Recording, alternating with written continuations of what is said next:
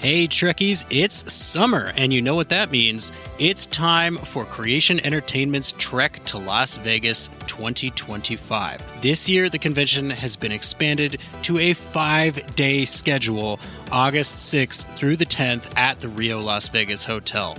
Meet all your favorite Star Trek pros in one place, and hey, maybe you swing by Vic's Lounge and you see our panel. It's a great way to meet people in person and have some fun with your fellow Trekkies.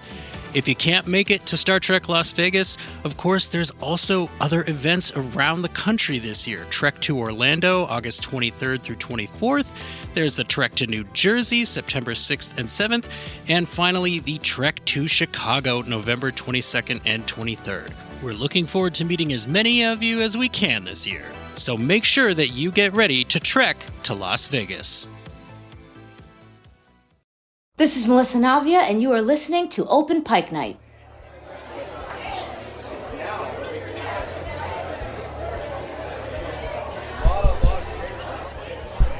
Is this thing on?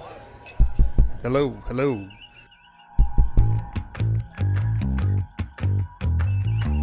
John, you gonna say the thing? Welcome to Open Pike Night. I'm your host, John T. Bolts, here tonight with some amazing guests on stage and in the studio to have a conversation with our favorite Enterprise pilot. We have armed ourselves with questions, and our valued guests on the Open Pike Night Stage have come to show their amazing support. Joining me today are my co-hosts, the man who loves the idea of getting in the middle of a Vulcan lover's quarrel, but can't stand the thought of Lirpa scars, host of Sudden But Inevitable, Jesse. It's just that the Lirpa scars are so long. And the man who stands at the mirror every sweltering afternoon, wondering just how much hair to shave off the sides of his head. Host of Green Shirt, a newbie's trek through the next generation, Cameron. It's 95 degrees outside and I'm about ready to go full Picard. And tonight we have an amazing special guest, joining Open Pike Night for the first time, and it's only right that we ask our community on stage to help us welcome her. When I was a child, watching the VHSs of Star Trek, the introduction at the beginning said of the crew of the Enterprise, "They have been our guides, our protectors, and our friends." And it's very strange to me, in a good way, that after so many years, that feeling has been recaptured with Strange New Worlds. And I feel like, of all of the new characters, the one that exemplifies that feeling the most is Erica Ortegas. Probably one of my favorite parts of season 1 with Ortegas has been her friendship with Chapel and how you can tell they are truly friends. Why do I want more Ortegas? Well, first of all, I'm a lesbian, so I can relate. She brings some authenticity to the part. And I'm hoping that we get to see more of her being a badass, amazing pilot. My favourite moments of her, how she kind of denigrated Mortegas' fishing hat without really saying anything too sassy or negative. She judged it. We knew she was judging it. We had like a little peek into Ortegas and Chapel's friendship. These two really like to find trouble when they're hanging out together. Even though we didn't see much of her this season, she brought on a witty and sarcastic personality that I found refreshing for Star Trek. She not only exudes competence at the helm, but a sheer love of her position.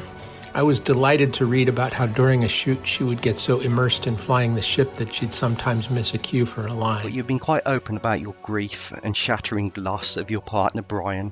I happily found his music for your tweets, and it's beautiful, soulful.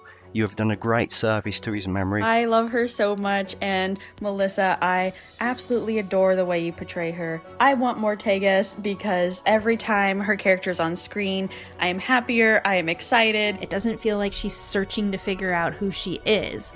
She's confident, she's funny, she likes to have fun, and she likes to fly the ship. Like when she asked Pike in the Elysium Kingdom if he's going to say the thing, or in Memento Mori when she points out that Spock most definitely did not recommend that Pike have her dive to the center of the brown dwarf. Thank you for your great work on Star Trek Strange New Worlds. Erica Ortegas is fitting right in with her colleagues, Hikaru Sulu, Tom Paris, Kayla Detmer, and others. And thank you for standing strong on Twitter for yourself and for the best of the community. Just the way that she is so determined. She's like a big ball of energy too. She's fun. The way that Melissa Navia has added all of those layers when we really didn't get a lot. Another of your performances I enjoyed was seeing the darker Ortegas in A Quality of Mercy. Miss Navia has brought such a wonderful character to life. More Ortegas, more Ortegas, more Ortegas, more Ortegas, more Ortegas, more Ortegas, more Ortegas. Obviously, I want to hashtag Mortegas. Hashtag Mortegas. Hashtag Mortegas. I look forward to Mortegas. Mortegas! Hashtag Mortegas. Hashtag Mortegas to come. We want hashtag Mortegas. Quite simply put, the character is worthy of the titles of guide, protector, and friend, which is what so many people are searching for from their Star Trek. And in times such as these, that's what the world needs from Star Trek, more than anything else. So that's why we need Mortegas. Melissa Navia, welcome to Open Pike Night. It is an honor to be here, guys. That was just beautiful. You already have me in tears. Not fair, not cool. But that was awesome. Everyone on that, that was just really special. And I'm just really happy to be here, happy to talk to you guys, and just really excited to be able to answer questions and to just, be able to reach out to fans, more now that the season's done and you guys don't have a new episode to see every week for a few months. If me talking to you is going to fill that gap just a little bit, let's go ahead and try to do it. Well, it's certainly giving our podcast some content, so thank you for that. Absolutely, and our community has been extremely excited to have you join Open Pike Night. So we did pick out one question from our listeners. Totally. Did you take any influence from previous Trek pilots? I would say because I have played pilots and soldiers in the past, and you guys might have seen that I played an astronaut in a TV show. My character said all sorts of Star Trek related things. That's totally weird. I wanted to make sure that I was bringing myself to it without bringing kind of another pilot, another helmsman to the Bridge of Strange New Worlds. But of course, I grew up on The Next Generation. I watched the original series with Brian. So for me, it was just I knew of helmsman, I knew of Sulu, of course. But I didn't realize that there was a thing with helmsman and swordsmanship. I didn't realize that there's a trend there. And I wonder if that would have in any way changed my portrayal in episode 8 if I'd known that. I thought I was the first, swordsplay fighter in space. In my own mind, I am. But yeah, so I kind of really wanted to bring myself to the role. And make Erica just something that Starfleet hasn't quite seen before in the way that she's able to do it. So even though I had the influence of Star Trek and shows and characters, I just really, my big thing going into it, as you guys have probably heard, was just making it as authentic as possible. Yeah. So being like she is flying the ship. To follow up on that, then, what is it that Melissa Navia brings to Ortegas that, had Ortegas been played by some other actor, we wouldn't get? Well, I'll say this: when I got the breakdown for the role, I remember feeling, this is me, and I've said this. There's going to be a bunch of stuff we say tonight that I've said before, and a bunch of stuff that I've never said before. But the whole thing where it's just a couple hundred years in the future, I would love to be Erica. I'd love to be traveling the universe, exploring new worlds, and just being awesome at what she does. But specifically in the breakdown, they said, that she was a pilot and a combat veteran. And so as an actor, my first thought was, okay, I've played both of those before, and, I get called in for those roles. Mm-hmm. She was also Latina, which was specifically said. And as somebody, my background's Colombian, I really appreciated that was part of the role. And then it said that, she could crack a joke as easily as she could handle a gun, and so I have a stand-up comedy background, and I'm naturally I like to make people laugh. I like to tell stories. And I also consider myself, don't mess with me, physically. Nobody's ever messed with me physically, but, I wouldn't recommend it. So I have a background in martial arts and in weapons, and I'm always if anybody tried to mug me, it'd be a really bad day for them. Has not happened yet, but I'll make a note. I always, right. I always feel like, it would just be like not a smart move. And so all those things, and the way they kind of described her as being just somebody who is very confident, like I think I'm tall, like I think I'm pretty tall, and I'm, 5'3" barely.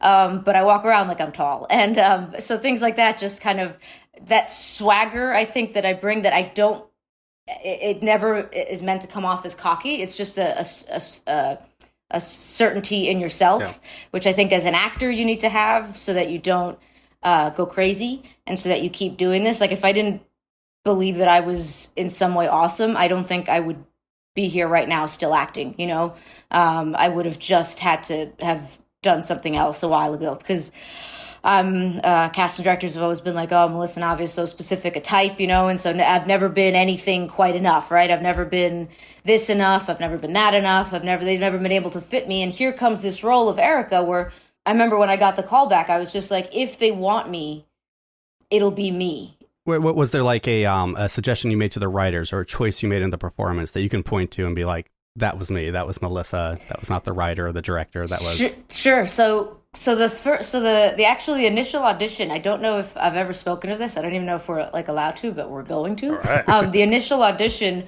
was a scene that didn't actually make it into, it wasn't in season 1. So right, sometimes you get scenes where they're from an episode, or sometimes you get scenes that are made up for the audition. My second scene, my callback scene was that scene in episode 2 with Celia, where she comes out and she's in her dress uniform and I'm not.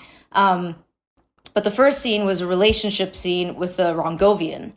And it was like a meet cute type of scene where it's like, the whole thing with Rongovians is like they match oh, man. who you are, right? So it starts off, and I did the audition scene with my partner Brian. So it was so organic, because it was just essentially like us like being like, wait a minute, are you? Oh, wait a minute, you're not. So the whole thing is like us about to get back together, and then me realizing that the Rongovian in question is just trying to match what he thinks I'm doing. And then I'm like, wait a minute, you want me to say, and it's such a funny, well-written scene. And I say that too, like not because I'm always trying to get in the writers' good graces, but because I really think they're awesome. Like I think they're rock stars. I think they do a really good job. I'm totally biased because it's my show. But when it's well written, it's easy. At least I think it's easy to bring it to life.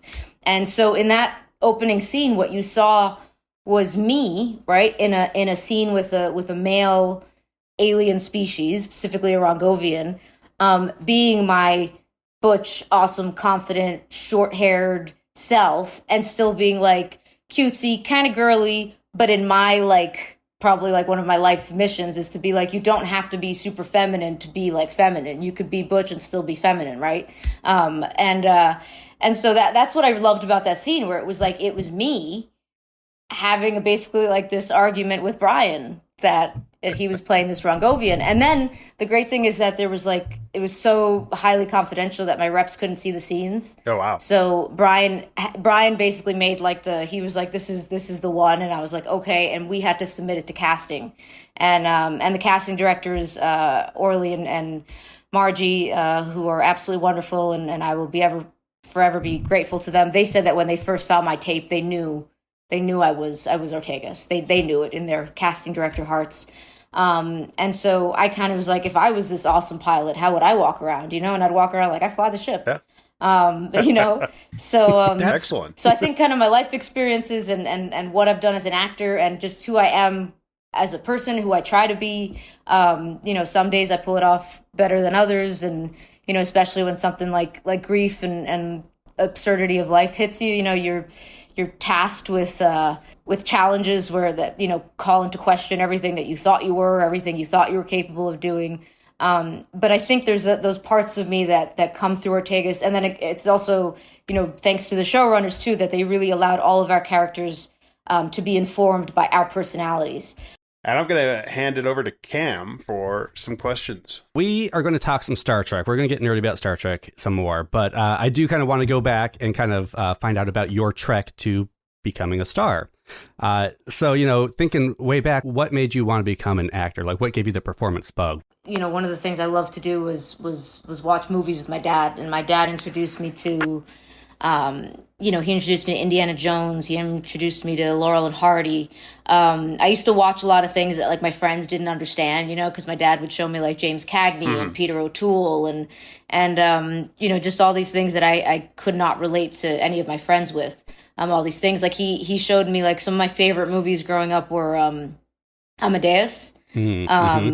And I don't know if you guys are familiar with it. I love that movie, and The Scarlet Pimpernel. Okay. And it occurred to me the other day, and I think I wrote about it like in a social media post because I was talking about my dad, but I was like, for years I didn't realize that both those movies like start off really bloody with an attempted suicide, guillotines, beheadings, and I never knew it because my dad would always skip through them. I loved watching Gilbert and Sullivan, and I used to love watching like the segments before the operetta began when you saw the actors getting into characters. I used to love it. Like I would just watch it on repeat. I would watch like the Pirates of Penzance, and I was like in love with the Pirate King, but I also like didn't understand why they were in love with all like these girly daughters of the Major General. I was just like, why wouldn't they like want to hang out with like pirate girls, right? Like that's what, you know, like even like I've never told Ethan this, and even I'm going to make sure he listens to this so he hears it for the first time. But like, please, one of my grandmothers, like her favorite actor was Gregory Peck, and I'm like, how crazy. Like, you know, if my grandma could see me now, I believe she totally is seeing me now, but I'm like totally hanging out with like her favorite actor's grandson. I was going to say, if your grandma could see him. you now, she would ignore you and talk to Ethan Peck because it's right. She would be like, excuse me.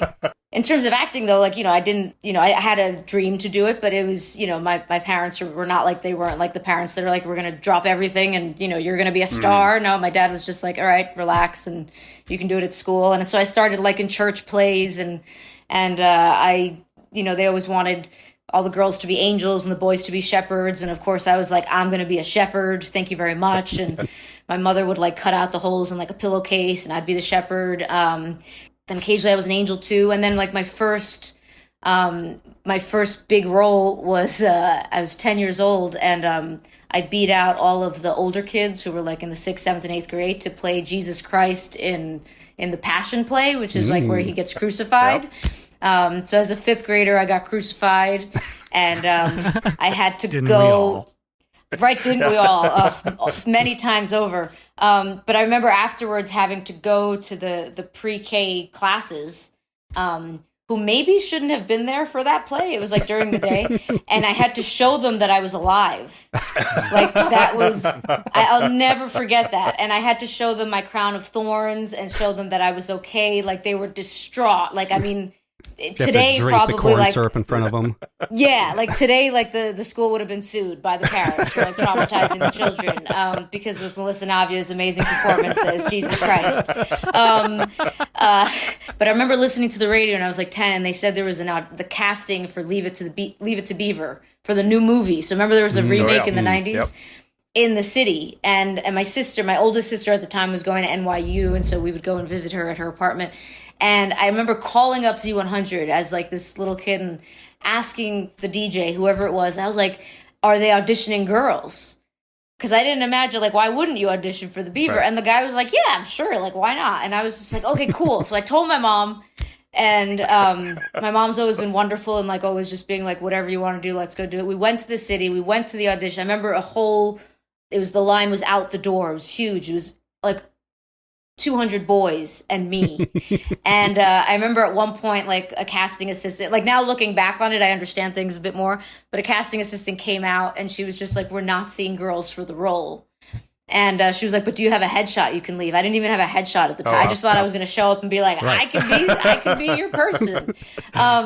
And I was so mad. I that I was like, no, I don't have a headshot. What is that even? My mother was with me. And I left. But looking back now, I'm just like, I think it's kind of awesome that I was just like, it didn't even occur to me that I might not be like, that they might not want to see a girl for the role, you know? Mm-hmm. If anything, I think it would have been, I don't know. I never even saw the movie. I was so angry. Yeah. But it might have even been a better remake. I don't know. So yeah, so all of that was just kind of like, I got this bug really for like enjoying not only acting, but like kind of I did enjoy being like the star. Like I was Peter Pan. I was in middle school and high school. I did musical theater, and so I sang, I danced, I did all that. I do really love musical theater, which a lot of people don't imagine when they see me, but I do like singing. And then I did theater in college, and but my other great pursuit was writing, and I was an English major, and then somewhere around my 20s, I was just like, I really, really, really miss acting. So for me, I was always just I've just been hustling on camera auditions for the last 10 to 12 years. And I've always been like, you know, if you decide like that you could do anything else in life for a living and, you know, something else will make you happy, like do it. Because this is not an easy road. This is like, I've been paycheck to paycheck for a super long time. But if like me, you're like, no, this is literally what I have to do, then you have to do it. And so it's been a really long road, but I've been acting for a long time, but professionally probably like the last 10 years. But I still get that same joy I got, you know, when I was Jesus Christ as a 10-year-old. Yeah. Excellent. Yeah. That is amazing. So when did stand-up comedy come into the picture? How did you fall into that? Sure. So I went to LA for like maybe less than a year. I didn't go for stand-up comedy, but I went there to kind of like, you know, just to try some stuff. I just needed to kind of light a different fire under me, because things were kind of, everything was kind of the same in New York City. And I went to some stand-up shows, which again, we have them in New York, but for whatever reason, I just hadn't gone to them. And I was kind of seeing like how people read the room, and how you could see a lot of guys, and you would see guys that like weren't funny and weren't reading the room. And I was like, what? Like as a performer, it's a master class in kind of being able to change up what you're doing depending on who the audience is, depending on the size of the room, depending on the time of evening, depending on whether or not people have had drinks. And I remember I saw Mark Maron live, and that was very cool. And I very much enjoyed, and I even have a picture with him, so I hope one day to do, even though it won't come anywhere close, guys, to this podcast, but I hope one day to do his podcast. Give him our best regards, yeah.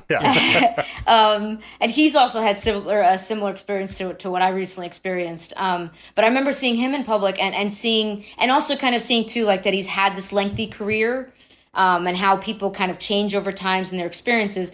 And so my whole thing with stand-up comedy is I'm very much a storyteller. I'm a writer, and I'm a storyteller. And when I know what I'm going to say, I feel very comfortable and confident in what I'm going to say. And so when I first kind of told people, I was like, I want to try stand-up comedy, everybody was like, oh no, it's incredibly difficult. Don't do it. I tried it. People actors who I think are hilarious and who do sketch comedy all the time, they were like, they looked terrified. They were like, I would never touch it. I would never do it about themselves. And I thought that was so strange. I'm like, but why? I'm like, you can work on your craft. You know exactly what you're going to do. And then you go and perform it. I'll never forget my first show was, because I'd done a class there at the Comedy Cellar, right? Which is like iconic and incredible. And I'll never forget my sisters were there, and Brian was there. And my sisters were so nervous that like I was going to get heckled or that something wasn't going to be funny. And I'll never, ever forget the feeling of like the first joke landing and everyone laughing and and it was packed, right? The place was packed. And hearing the sound of my sisters' laughter. Oh, yeah. Being like, not only like were they genuinely laughing, but they were like, oh my God, we don't have to beat anyone up. You know? Like it was just like, and as a sister, like you can feel that, you know? And then I remember Brian like absolutely being like, you know, he was just very, very impressed with me. And so that meant the world. And yeah, so and now I realize that I have kind of this platform as a Star Trek actor. And so, I'm excited to do a show where maybe at a convention, I don't know. Let's make this happen. How can we help make that happen? Right. Yes. Right. So yeah, but yeah, that's for me. Stand-up comedy is not terrifying. It's a great way to be able to make people laugh and to make people kind of forget, you know, their problems for a bit. If you're up there performing, we'll be in the front row. If you're really starting to bomb, just start roasting the Open Pike Night crew. Like we'll give you carte blanche. There you go. I'm just going to invite you guys up. How about that? If you ever want to see deer in headlights, do that. Do you think that stand-up comedy helped you as a performer going forward? Yeah, I mean, I think so. I mean, everything that you experience in life, I think it's Patrick Stewart has a great quote where it's just like, you know, as an actor, you can use I'm totally paraphrasing, sure, but I'm almost certain. I'd bet like $5 that it's Patrick Stewart. But he's just like, as an actor, you can use all your experiences and incorporate that into what you do. That's a wonderful kind of job to have. And so, yeah, I mean, it definitely it instilled in me kind of this drive to succeed. Like, people ask me, right? Like when Paramount Plus was doing all the promotions for our season premiere, right? And here in New York City, Union Square was covered in Strange New Worlds posters, and my face was up there, and all of our faces were up there. And so people were asking me, they were like, what does it feel like? Is it crazy? And I wasn't in any way trying to sound like overconfident, but I was like, no, I wasn't really phased. I was just kind of like, finally, like I've been going through this subway station so long and for so many auditions and going through, and it's like I've done this for so long, and I am so tired, and I now know what like grief and kind of hell and all that is, and I'm just kind of like, no, like I'm not in. It's not like it's awesome, but I'm kind of like my first thought was like, finally. And then I remembered that 10 years before this, my last poster that was in Union Square was I was in a Blue Man Group poster. Okay. And so it's like, it's a great thing. It's like I'm standing on a subway and I look really jaded and like, kind of like New York jaded subway person. And like, there's someone from the Blue Man Group like behind me. And so 10 years later, like here I am in Strange New Worlds. But I always had this idea that like, you have to think big, right? You have to. And so I was always just like, no, I was like, I want to be a series regular, I want to star in movies. Yeah. And when you're with anybody who kind of is just like, oh, that's silly, that's impossible. Anybody who's like, jealous of that, or if like you have a significant other, you have a family member, you have friends who maybe, are telling you that something can't be done. Like, you don't need that negativity in your life, And for me, it was really important that anybody who was like that, which was few and far in between, but I just got rid of them, right? And my partner Brian was the exact perfect person for an artist and an actor to have in their life. Like Brian, like I always remember, like we used to walk by the Stephen Colbert show, and I'd be like, one day I'm going to be on his show, and Brian would be like, yeah, hurry up.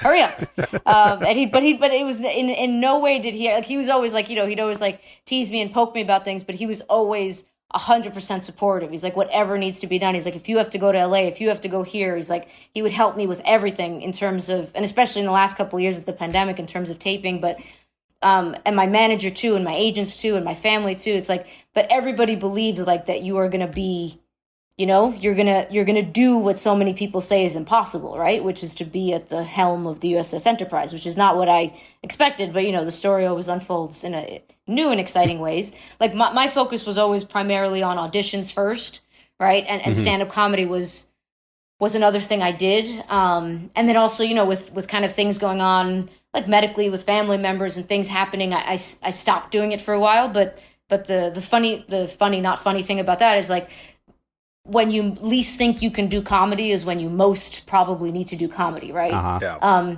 And so that's something that for me right now is kind of coming into my worldview, where I'm just like, I'm still at a point where I'm just like, I don't have it in me right now to put together a stand-up show, but I'm like, this right now is when I need to put a stand-up show together. Well, we do need to get to Star Trek quite soon, and so I'm going to hand it off shortly. But before we get there, for people who, like me, discovered you through Strange New Worlds, like what of your previous work would you direct them to from your back catalog? Me as an astronaut on Billions was pretty, I would say, even life-changing because of kind of the connections that I made from it. And then again, like it is really funny that like when people are like, oh, were you on Billions? And they're like, who were you? And then I'm like, I'm the astronaut. And everybody was like, oh my God, there's only one astronaut on Billions. So that's kind of great. So Billions is definitely great. I played the role of a pilot in New Amsterdam, which was my first role right after the pandemic. Okay. And so it was a smaller role, but pivotal to the episode, which is important. I argued with my manager about taking the role because he was like, it's not big enough. And I was just like, relax. I was like, we have no idea if TV will continue. Yeah.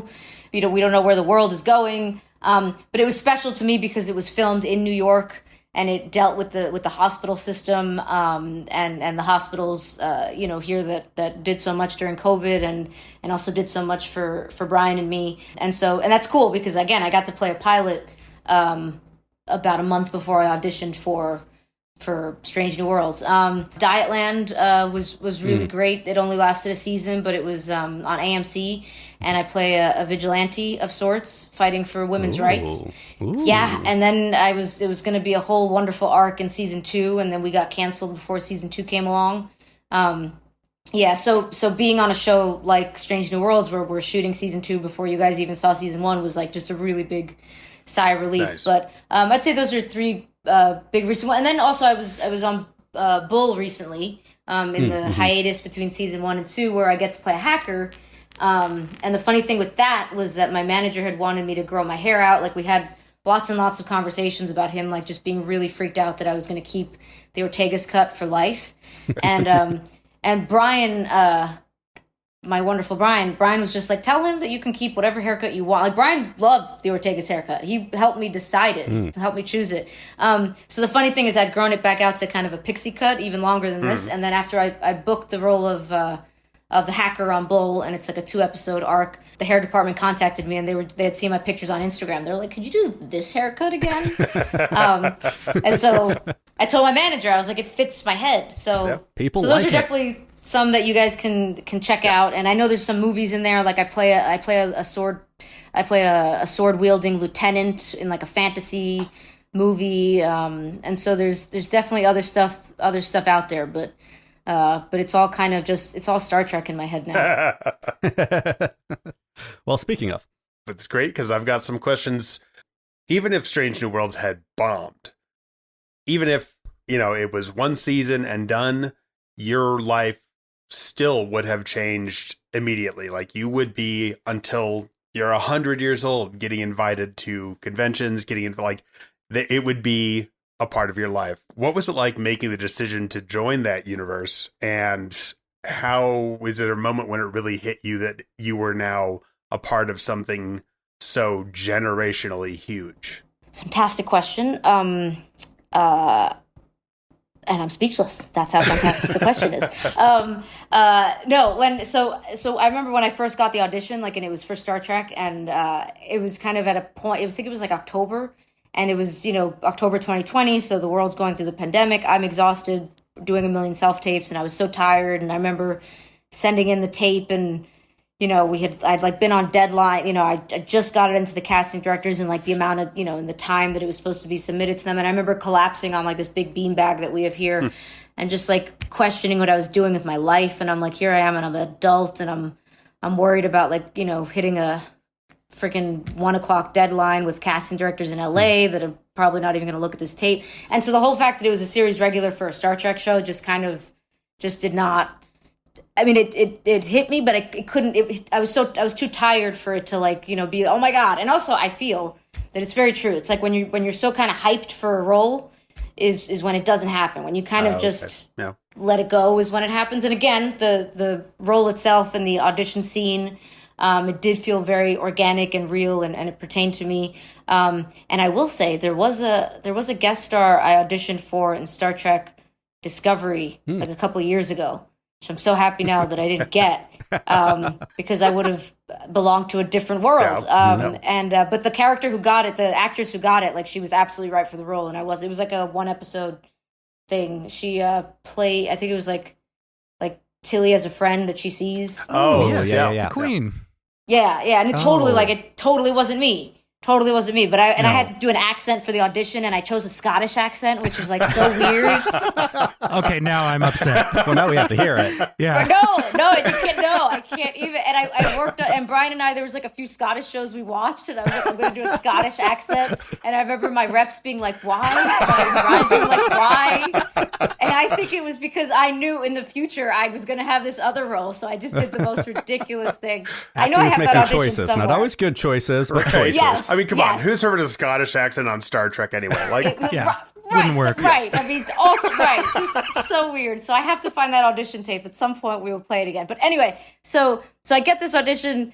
It happens. I remember finding out that I booked it. Brian and I jumped up and down. Brian's a grown-ass man. Like, I'm grown. I do jump up and down a lot, but Brian's not really his thing, but we literally jumped up and down. And so I was just like, my first thought was like, oh my goodness, money, you know, like a paycheck, you know, a job that like, you know, that is regular. Not even the amount is not a thing. Like, you know, it's just like a regular paycheck is great. And then like, it was like Star Trek. One of the funny things is like, I remember clicking, I was like a DocuSign. And so clicking, you know, that I was going to sign it. Like when I signed my contract, which you have to sign prior to even being chosen, right? It's the whole way that works is like they negotiate your contract before you get chosen. And they do that so that you can't negotiate higher because you can't negotiate, you know, that's how it works, right? You can negotiate whatever you want, but you know, they still have people in contention, whatever. But I'll never forget going to click it, and Brian was watching Deep Space Nine in the background. And so literally the theme song was swelling as I was going to hit it. And that whole like week, 2 weeks, I remember I would bite my tongue because I kept wanting to tell Brian, could you please stop watching Star Trek? I want to think about anything other than Star Trek. But he was enjoying it so much, I couldn't tell him.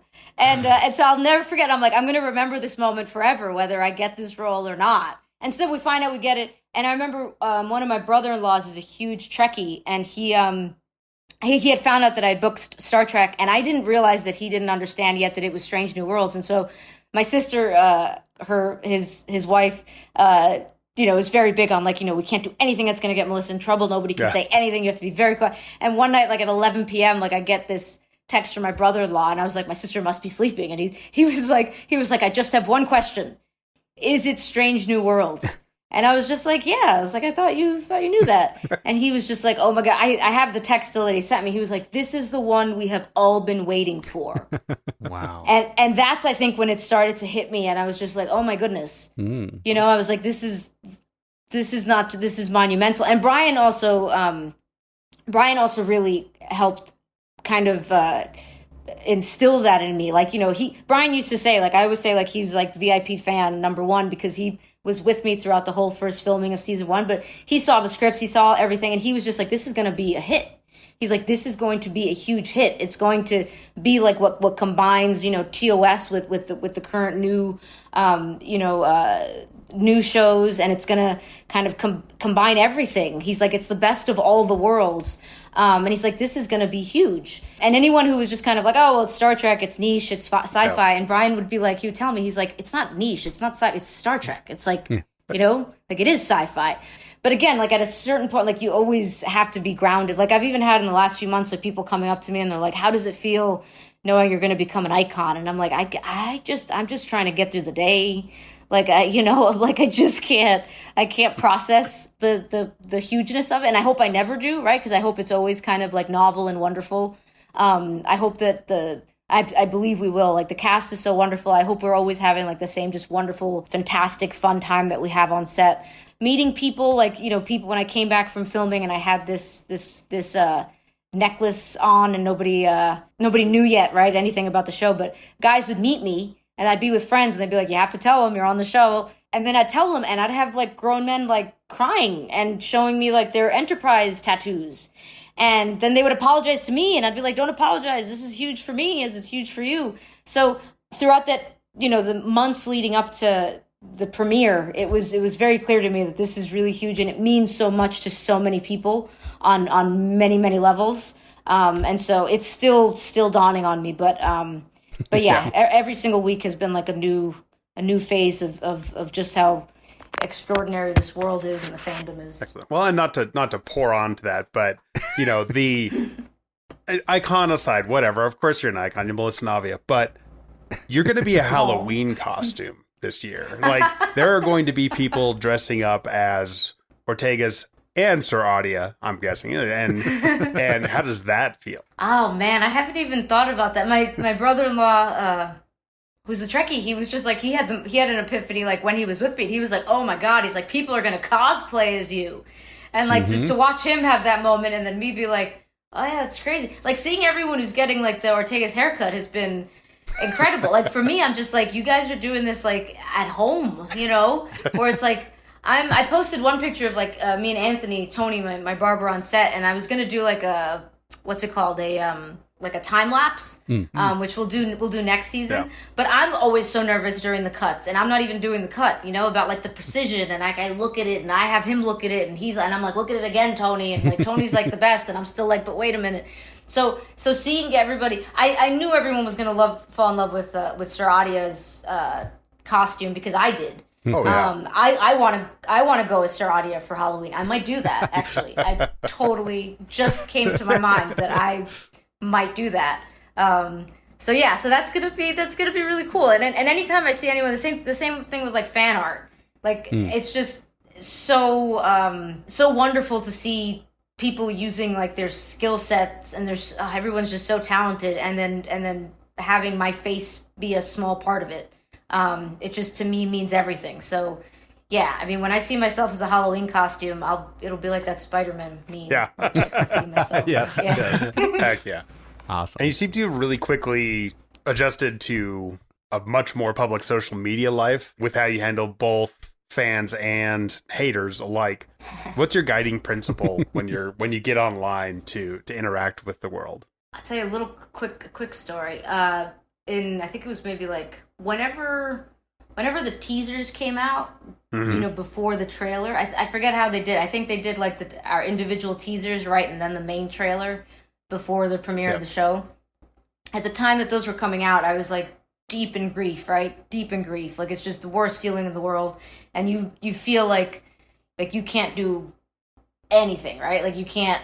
Normal things that you can do, suddenly you're like, I can't pay bills, I don't know how to go to the supermarket, I don't know how to do you do know how to do those things, but like your other half is gone, right? And so it's a very like your whole world is done. And so the funny thing is, notice how even like the most traumatic things, I'm always like, the funny thing is, it's just that you have to go through life like that.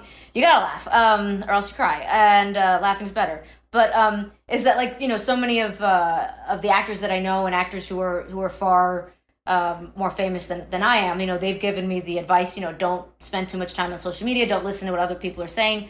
But I don't know if it's my age or my life experiences, but like whatever anyone says about me, it doesn't faze me. Like it just doesn't faze me. Like if you have like crap to talk about me, like I know it says more about you than it does about me, right? And you have to be like, not to say nothing phases me, right? Like if you say something about like my family or my friends, that's gonna faze me more, because then I'm gonna have to like we're gonna have to have a thing about it. But for me, going on social media, it didn't seem like a thing. So anyway, those teasers came out, and I went online, and I'm on my couch that I'm currently sitting on, and unable to move from. And I always want to preface that the haters and the trolls and those people are always like insignificant, right? They're insignificant, and they are small section, right? And so I totally, my fans and the fans of the show are so enormous, the group, right? Internationally. And so I never want to like spotlight that small insignificant group, but I only do it because I feel like what they're doing is they're using my name or my character in order to continue stereotyping or hurting other people, right? And so when people look up to me, they see those comments, right? But anyway, so here I am, I'm deep in grief. I don't even know how I'm going to do tomorrow. And I remember seeing, some trolls, and sometimes like on YouTube and Facebook, right, they seem sometimes worse than Twitter, I don't know. But they were like, they went off about my haircut. And I remember there was this one guy, and he was just like, oh, this haircut. I'm not going to watch the show just because of this haircut alone. And I remember thinking, I was like, that's awesome. I was like, my haircut repels assholes. Like, that's great. And then somebody else was like, this other guy, again, all they were going off of was like my haircut, right? And like nothing. And he was just like, she has the acting ability of a plank of wood. And I was like, hold on. I'll never forget that feeling of being like, hold on a second. I right now don't think I can go back to the supermarket ever. But I am going to win an Oscar one day. You cannot tell me I cannot act, buddy. So it's like all like these minor little like, misogynistic, transphobic, homophobic, trolly comments just to me were like, I'm like, bring it on. Like there's nothing you can do that can touch me. And so that made me laugh, where I'm like, I'm here and I'm just like, I don't want to go on with life, but I am going to win an Oscar, and I'm going to remember this plank of wood comment. And like, I remember there was this one lady that she was just like, my haircut made her latte curdle. And I remember being like, I think that's a problem with your latte, and like not my hair. And so reading, kind of going down these crazy rabbit holes, like just brought me such joy, you know, when I was in a really dark space. So anyway, then we fast forward. I managed to finally get to Canada, and I'm on set, and everything's wonderful, and the cast and crew and producers and the showrunners, everyone, just the writers, just were extraordinary. I don't know what it's supposed to be like because I've only gone through this once, and I hope to never go through it again. But they were just super supportive and wonderful, and Brian's memory and his presence were alive on set throughout the whole of filming season 2. And then at the same time, I still was like going on social media, right? And for me, the way I look at social media is that it's an extension of your life, right? So you get people who are just like, oh, you know, Instagram isn't real and Twitter is a cesspool. And I look at Twitter and I think of Twitter as like life, right? Like if you surround yourself with good people, that's kind of, you know, how your worldview is shaped, right? And you surround yourself with people who are not only going to agree with what you say, but who are also going to challenge what you believe in. And whenever people are like, oh, social media is so horrible, I'm always just like, I don't know. I learn wonderful things from Twitter because of the people I follow. When I go to follow somebody, I look at who they follow. And then Instagram, too, has really kind of become this way for me to be able to share pictures, not only of what I'm going through, but also of Brian in a way that I hadn't anticipated, right? 6 months ago, 7 months ago, I wouldn't have necessarily thought this. Like, everybody kind of, you know, keeps saying that it's so wonderful how open I am about grief. And it's so fantastic to hear because I'm hearing people's grief stories. But in doing so, it's never, my intention was never to kind of be like, here is my grief story. It's my way to share Brian with the world. Like, you guys should all have been meeting Brian as he was, as I knew him, and you can't right now. So you have to meet him through me. And I hope I'm doing a good job of that. And he was such a incredible person, and just such a witty soul, and just, he was a force unlike any other. I can only do a very a fraction of what he was capable of doing. But social media has given me the ability to kind of do that, to kind of find my voice. Yeah. So for me, I find social media can be what you make of it. Yes. And I've been trying to I'm working on getting Babs on Twitter. Yeah. Every time we hung out on set, Yes. I was showing him. I was just like, look, Babs. I was like, this morning I woke up, I was not a puppet. And now I am a puppet. Somebody has met a Chaos Muppet. And I went through Babs explaining to him like how that happened. And I don't know if I was making a case better or worse for myself. but I'm trying to get Babs on Twitter. That's one of my goals. I run the Twitter account for us at Open Pike, and Melissa, I cannot thank you enough for just the generosity that you have displayed with your time, and, you know, exemplify what we all want to see in a Starfleet officer in a real person, because we, you know, sometimes Trekkies have been known to blur the lines, you know, on real life and Star Trek. And when I saw somebody start saying negative things, I was like, I had this moment of panic because I was like, I don't know what to do. And they tagged the person from the show. Who does that? Like, and for you to just step in and go, here's how you deal with a troll. Here's how you maintain in the face of just endless vitriol.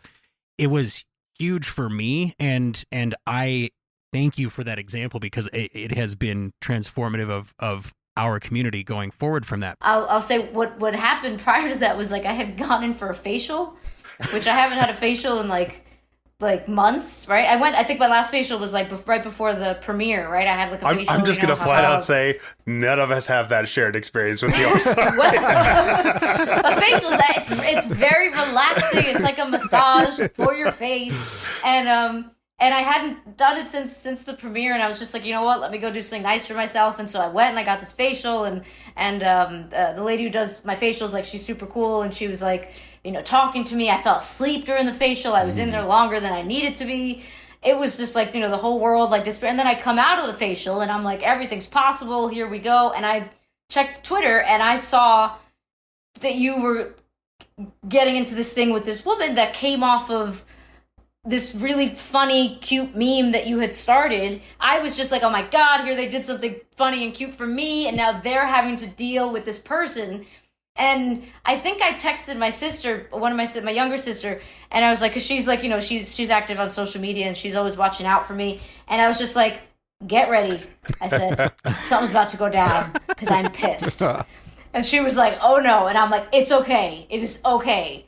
And so what really what launched that was like me being in a great mood and me seeing like you guys, and also in addition to that, like there's plenty of other fans that I see you guys going to bat for me, which is absolutely so wonderful. It feels like I have like this wonderful like, you know, core group of friends, army, squad, whatever you want to call it. And we all have each other's backs. And I mean that when I say like I will, you know, especially when it comes to people who are being, you know, who are being spoken to in ways that this person was speaking about entire groups of people. Yeah. And it's just, it's reprehensible and it's unacceptable. And it needs to be called out. And so she kind of walked right into it, right? By doing the whole, like, you know, I don't want to say what I think. So then I was like, hey, you know, and then I basically just used the Socratic method of like just asking her questions, which I feel truly is when somebody is prejudiced, and I'll also say ignorant, because I think bigotry stems from ignorance and stems from an inability to reason and look at people, you know, like yourself, and especially when you're coming from a place you know, where you feel that you are superior to somebody else. I don't have any time for it. And when I see fans like having my back and you know going at it with like trolls and stuff, sometimes I want to reach out, and I want to just reach out to them, and I'd be like, do you have the energy for this? If you have the energy, do it. But if you don't have the energy, because sometimes like there was in that whole like little chaotic little struggle that we had there, you know, that person blocked me, which is fine. I was like, whatever. Yeah. I was like, but then like was going on saying things to other people and was straight up using slurs and straight up saying the things. That's so funny, because it's like, you know, everyone's like, oh, maybe they're not like that. But then it's like, you know, when you kind of get like a gut feeling that they're, and then she came right out and said all those things that, you know, oh, well, you know, my this doesn't allow me to, I don't associate with those kinds of people. And I was just like, what are you, like a pilot? Like, you don't associate with pilots? Like, do you not go anywhere?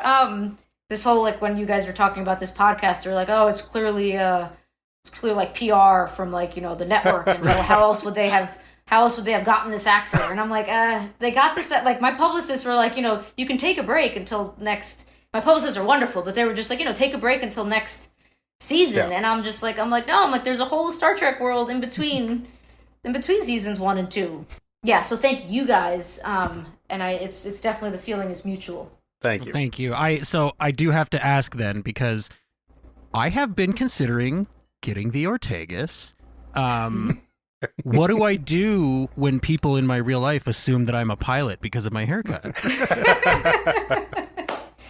You just go with it. Yeah. And for us beard havers, do we keep the beard connected all the way up to the rest of the hair, or do we actually have right? I think you're right. I think you should just zigzag. When in doubt, zigzag. I do have one more question for my section, and it's been the one I've been curious about for the longest. As you get used to being part of the Trek universe, what pieces of advice have you gotten from other Trek cast and crew, and about how to handle being in this, and who gave you advice? Well, as you guys can probably tell, I'm always just kind of like, I kind of go into things however I would do it, you know. I don't ask too much, but you know, if I ever hear people having conversations, I'm the one who's just like, what was that?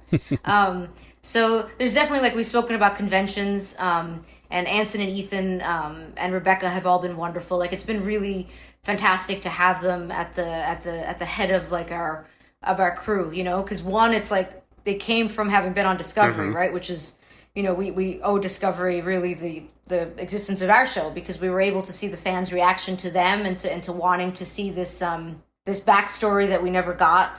And Anson's just a wonderful captain of our cast, and they've been helpful in kind of telling me in terms of, like, you know, how to conserve your energy, and so that's been big. Even though I've kind of been big on that, you know, I'm all about like conserving energy these days. Just like, you can't. I'm like, if you text me and I don't get back to you, it's like, it's not that I don't love you, it's that I'm tired. So yeah, so I think the big thing has definitely been conventions. I'm trying to think of like we've had conversations, like we're all like in a group chat, you know. So there's been things about, like, you know, when fans reach out, like what's proper protocol. Sometimes if you have fans that are reaching out in ways that are starting to get a little dicey. And so, we have conversations in that respect. But I'm trying to think of Has Open Pike Night ever appeared in that group? Yes. What did they tell you to do with our show? They were like, okay, there's don't. this podcast. Yeah, they're going to make you an audio collage that'll make you cry. It sucks. Avoid those guys.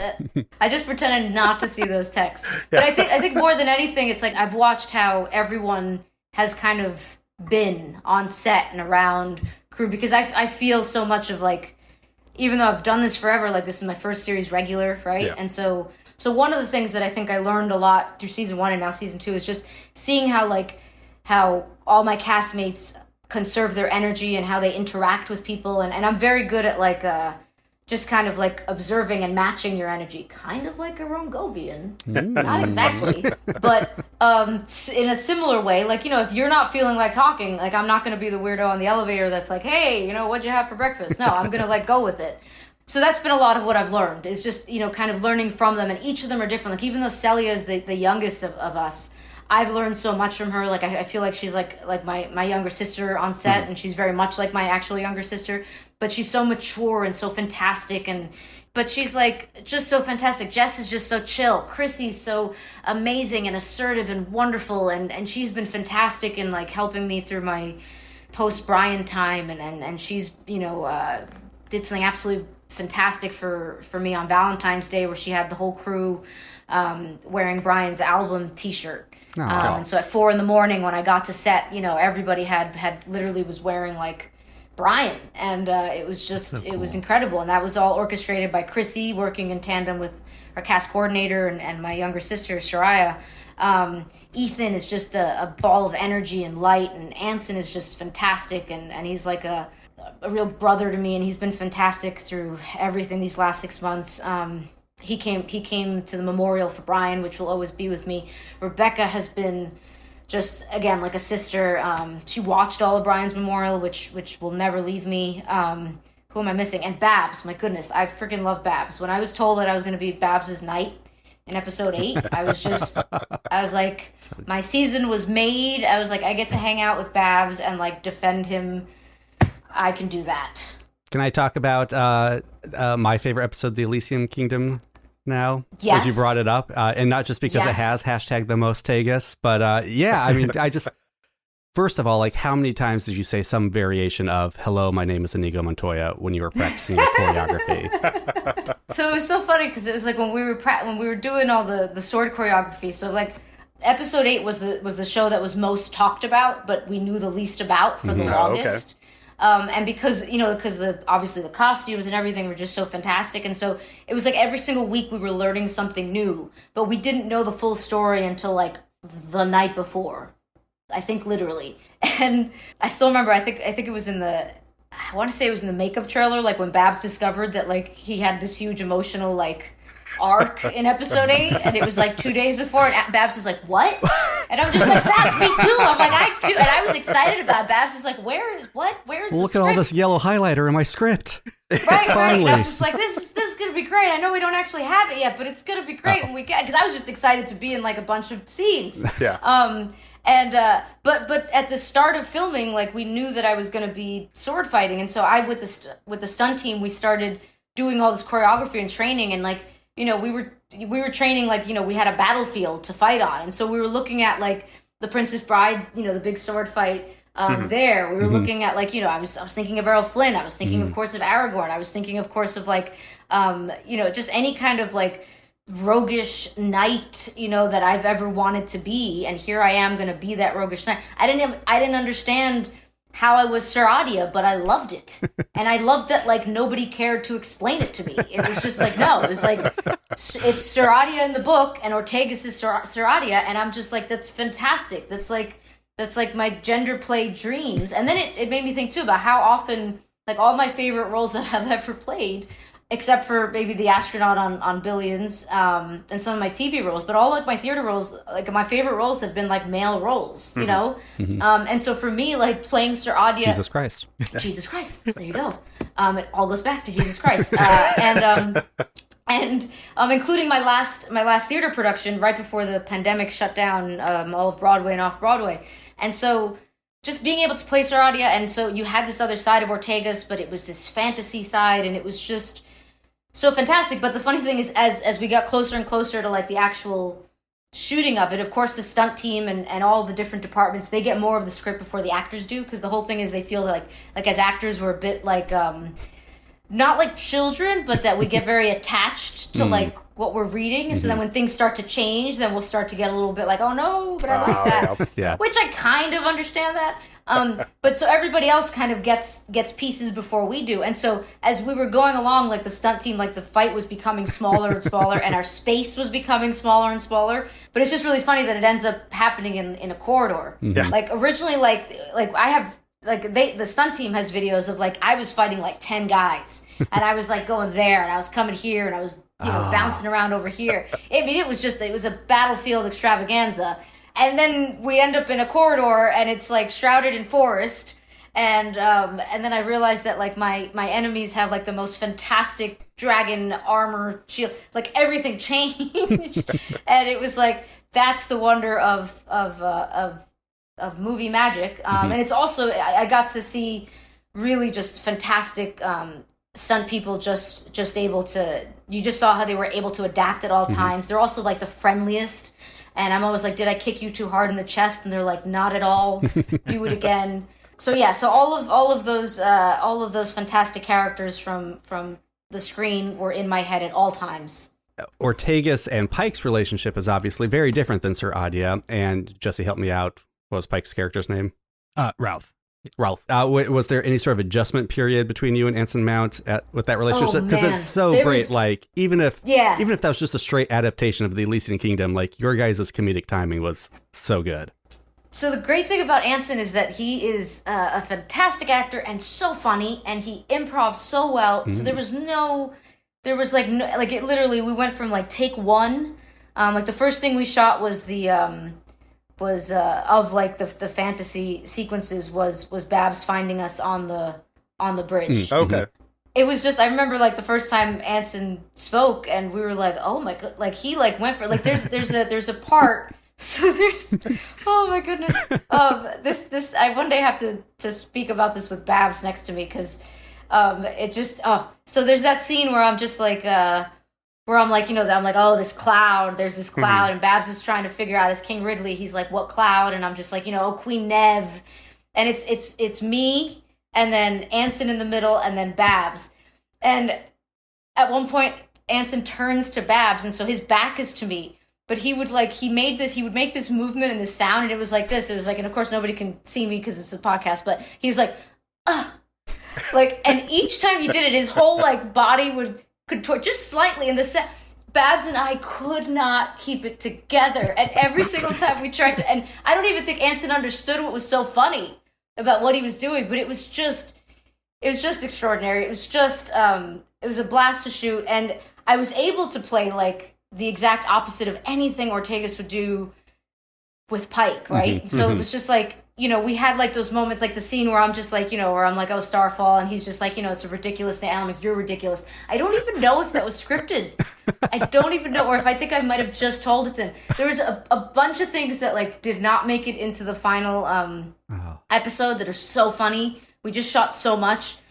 Going up the Jeffries tube, with all of us, like when yeah, we all went up that Jeffries tube like 10 times, and I remember Anson like going up at one point, and he was just like, he's like, guys, it's an hour-long show, they're gonna cut this,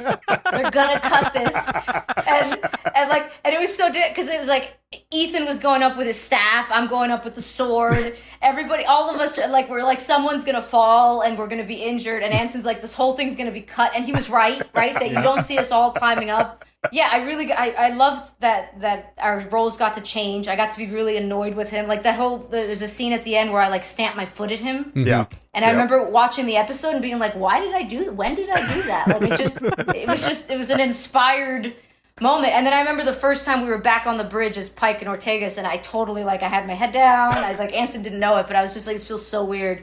That's why, like, anybody who gives out about, like, Ortegas is like, oh, that she's, like, whatever, too brash and she doesn't follow order. I'm like, there's not one order that Pike has given her that she's not followed, with the exception of the finale. Mm-hmm. But beyond that, she absolutely is super loyal to Pike. And then that's the other thing, a shout out, my goodness, to all the combat vets and the pilots and the everybody who just keeps like, tweeting. They're just like, Melissa is like the realist interpretation of like what I was like, when I was on my ship, or what I was, and I'm like that to me is like absolutely one of the highest compliments I can get. But like when people are just like, oh yeah, she should be demoted, like when we were being hunted by the Gorn, and I'm just like, really? Like in that moment? Like what? Yeah, like we need to demote this person right now and get a new pilot in here in the middle of this situation. Yeah, because that's exactly how the military functions, is just immediate demotions. What we need is someone other than the greatest pilot in Starfleet at the helm right now. And also someone with more hair on their head. Half an inch of hair is really, it's a deal breaker for some people. Right. And for the record, like I feel that as like the pilot of a starship, right? I wouldn't want hair in my face. You know what I mean? Like in life, that's been my argument about short hair, right? Short hair is just practical. It looks good on my face. And it just, can't get caught on things. It's less prep time in the morning. But as like a pilot of a starship, long hair to me doesn't make sense. It would be a detriment. And I have essentially like, I have a military cut that looks a bit cooler, because I have a thick head of Colombian hair, and that's what's going on. But like, the whole like argument for any hair other than what Ortegas has is just like a moot point, because I think she has the perfect pilot's hair. And at this point, this is when my coffee's kicking in, guys. So I'm just perfect. Oh, well, we'll switch from Star Trek and me to Jesse and Ortegas questions. I think for me, this is a personal question. This didn't come from any of the audience. So if you're out there listening and you hate this question, that's on me, and you know how to get a hold of me. What kinds of things does Ortegas do for leisure? Because we've seen her be very supportive of her friends and very flirty with a lot of her friends. And we get the hint that she's like really going to enjoy her shore leave in the one episode that we see it. But then, of course, things just go amok, right? So what does Ortegas do in her free time? Whatever she wants. I think that's ambiguous, but it's true. So because I would say that because I didn't get like massive storylines in season 1. I was always creating like these story beats for myself that like you guys didn't see. Like I don't even know really how much did we discuss in season 1 that she was a combat veteran. Like did we at all? Not almost really. None. We did see a pin, but I don't think she mentioned it. Right, and so it was one of those things where it's like I knew that, the writers knew that, the showrunners knew, we all knew that, but it didn't we didn't touch on that very much. And so that's also one of the things like in the finale where it's like things have happened in this alternate universe, right, where she has been to battle and she's lost friends to the Romulans. So it takes on a different tone. It's a mirror, right, of the original TOS episode, but it's not that same. It's not in the same vein as the character that she's mirroring, right? Because her experiences are coming from a combat background. And I hope what I was trying to get across and what I think we did, but again, sometimes people are like, I'm like, are we watching the same show? But like toward the end, like when she hears, the Romulan, is it Commander? I think Romulan Commander. Is he a Commander? But like you see that he agrees with Pike, and she's absolutely crushed when she sees that that he has come around, and so you see the you question like what has happened in Ortegas' background, what family and friends has she lost to the Romulans, where they continue to kind of kill with impunity, and why is she so upset with Pike, right? And so I see that because I friggin' played it, but a lot of that hinged, I think, on understanding that she has this combat background. So yeah, so I make up all these micro beats for her, but I also think about her so much still because we have things that we just haven't contextualized, right? So when I think of her family, like I think of her like she's Latina, I think of her as Colombian, right? So I think of like, and I do think like I know a lot of fans like they don't want the tragic backstory. It's like I don't want the tragic backstory either. But also, like, with kind of what's gone on with me in the last 6 months, I'm like, you know what? But, like, I'm like, who's really walking around with, like, a fairy tale backstory? Right. Really, you know? Like, your tragic backstory can, like, come around, like, when you're 30, you know? It could come around when you're 15. It could come around when you're 50, you know? Like, I find, like, the most interesting people are the ones that often, you know, if you're going around, like, and you're not angry a little bit every day, I probably am not going to want to hang out with you, right? Because I'm like...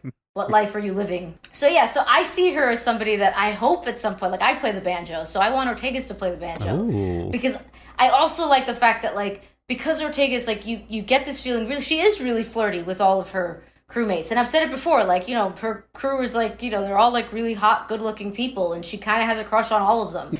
And she also has a way of like, she has seen a lot of shit, but, you know, not the same extent as, like, say, La'an, right? Like, Mortegas' family was not eaten by the Gorn. I think we can say that safely.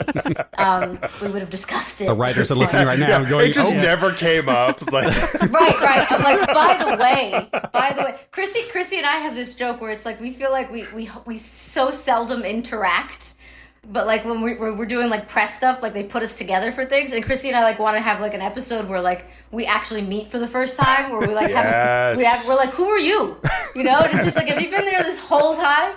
So much of myself I want to see in Mortegas when she's having her shore leave and where she's the aspect to her that everybody likes, where everyone's just like, you know, you can go and have a drink with her, you know? That you see her and she has this relationship with Chapel and Mbenga, you know? Where it's, like... and I think that's what fans love too, you guys can tell me, but like where you see the camaraderie and you see the relationships between different departments on the ship.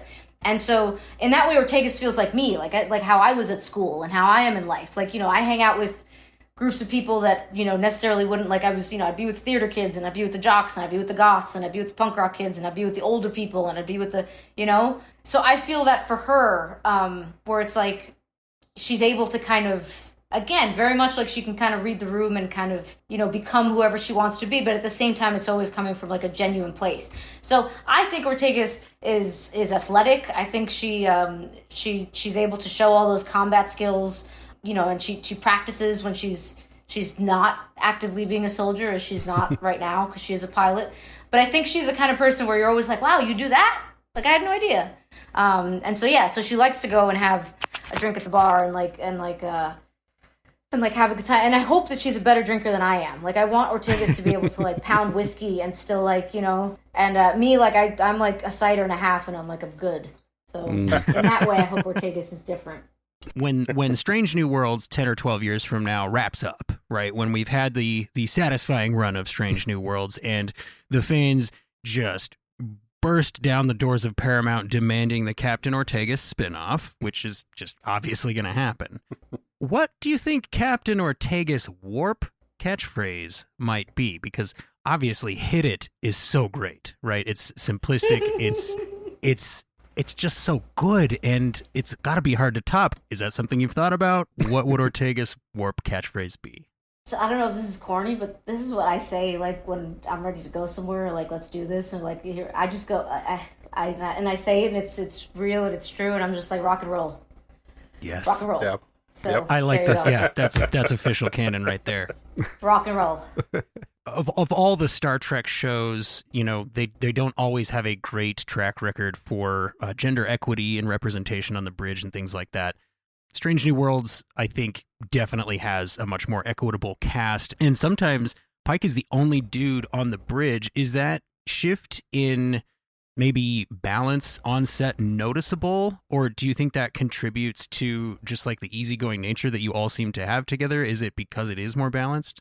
Yeah, it's so funny because I remember like when it was like the cast was first announced and you know, some people in my life were just like, oh, there's more women than men, and I was like, oh, I didn't realize it. But then I was just like, but the fact that you noticed that is perhaps aha, maybe that's what maybe we shouldn't be, that shouldn't be the thing. And I've heard too, like there's a great organization called Gina Davis Institute, if you ever check them out, but they talk about gender parity in film and television, and they basically have like quantified a lot of what has been said over the years about like, you know, how you know, men have gotten more speaking roles than women, and they kind of really have done the numbers to show like what has happened over the years. And watching a great documentary called This Changes Everything, a few years ago was the first time where I was like looking at like this industry that I love so much and being like, oh, I see how like, we don't have more complicated, nuanced, real female roles in television and film. It's gotten a lot better, but we still have a long way to go. And I think too, the way that I've always looked at it when I was growing up was I was always just like, I don't see myself on screen, so I'm going to be that one day, right? And so, like, an example I sometimes give is just like, when the female Ghostbusters came out recently, like, it took me a bit to understand why that was so important, because I was like, when I was a kid, I wanted to be a Ghostbuster. I said the fact that I was looking at 4 Ghostbusters that were men didn't in any way, I didn't think I could not be a Ghostbuster because there was no Melissa Ghostbuster up there. I was the Melissa so, but then kind of seeing this document and really understanding it and having a niece and looking at my sisters and really thinking about kind of this platform they have, I'm like, I get it. I'm like, this whole kind of see it, be it, you have to see what you want to become, right? So I understood it more that, everyone isn't necessarily like a little Melissa was, a little weird and a little crazy and a little bit like I'm going to change the world. I hope in some small way, maybe one day I can. I remember thinking, I forget if it was Akiva or Henry, it was probably both Akiva and Henry, our showrunners, or maybe it was Alex Kurtzman, or maybe it was all of them, and maybe they all say it, but this idea of that the bridge should represent the world, right? The ship should represent the world. So this idea that, whenever people are like, and especially with my character, and again, it's the very, inconsequential fragment of people who have nothing better to do, when they're just like, oh, that boxes are getting checked off. And I'm just like, what does that mean? Like what is that, explain yourself. Because I'm like, no, I'm like, literally what we're seeing is the world and casting is reflecting that as it should, because that's the way the world is, right? As the father of a very young daughter, you can rest easy knowing that you have changed the world in some small way. I fully plan to play this interview for my daughter someday and go, hey, look what your dad was able to accomplish. Look how we were able to connect some people with this cool thing, and listen to this example of confidence and, just do what you feel is right. Because I got to be honest, I don't know if she's going to want to listen to my Star Trek podcast. But I think what you have brought to this particular episode of our Star Trek podcast is something that is going to have meaning in my life going forward, regardless of what happens with the show. And I just want to say thank you for that, because my wife and I, we consider ourselves new parents, even with a 3-year-old, because we never did it before. And we are just constantly looking for examples, like, what do we point to and how do we show her how to be, and how do we just let her see that who she is enough. You are doing an amazing job of lending some confidence and some power to people in a position without it. Thank you for saying that. And I have a niece. I don't have a little one myself yet, but I have a niece who, the same thing. Every single time I talk to her, with her, like, I just see things now through her eyes.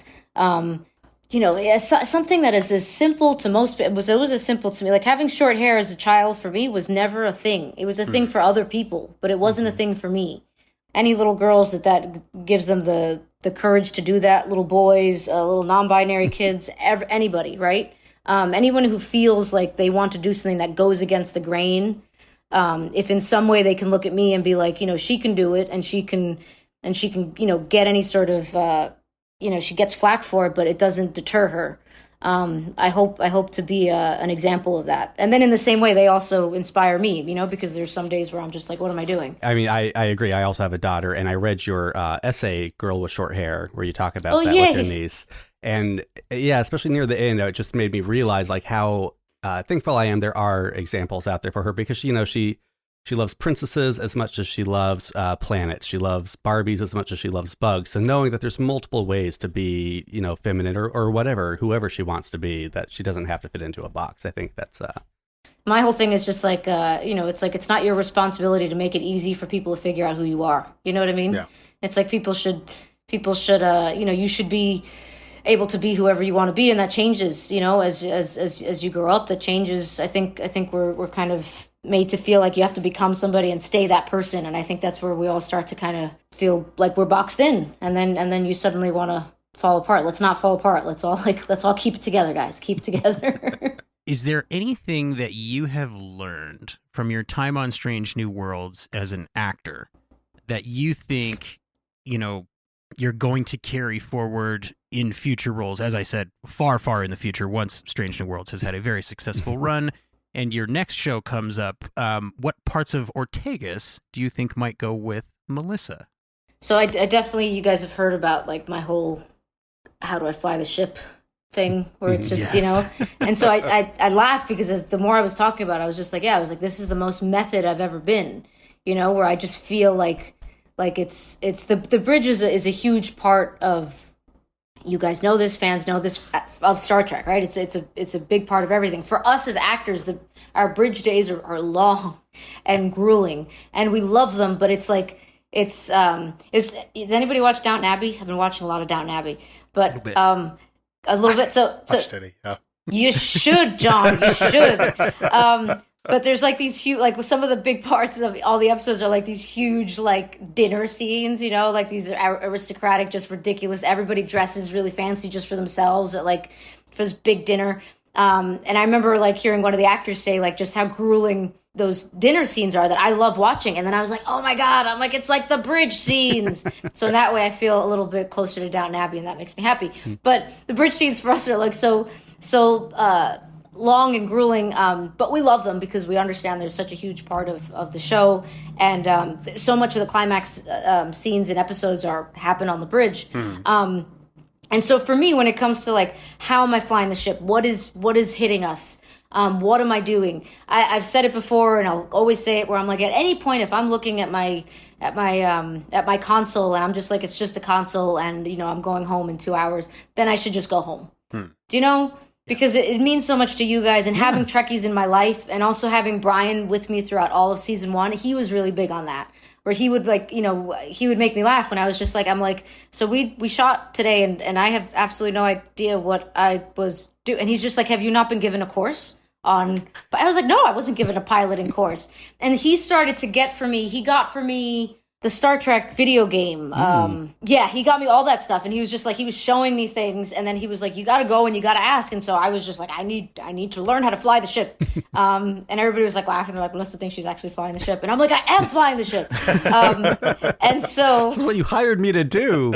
And it was also difficult too, because it was like your first few weeks on a show, and your first time you're being a series regular, and you kind of want to be quiet and a little bit. And here I am, like, I'm a pilot. And but I got to have these wonderful Zooms with John Van Sitters and Timothy Peel, who does our graphics, and just in general, every time a new director came on board, I was like, what are we doing? Why are we doing it? Why do you want me to look at that? I've never looked at like that before, like that. And and each time too, it's like a conversation with the director that might not understand where you're coming from. So one thing I definitely will take is there's an assertiveness that I've gained from being Ortegas, where I can, even if it sounds ridiculous, I'm like, it could sound ridiculous in the moment, we could all be exhausted from having already shot 9 hours, but this particular scene, this particular thing, how I react to this is going to be one moment, 1 minute of an hour-long thing that will resonate and stay with fans. And so it matters. And so that assertiveness that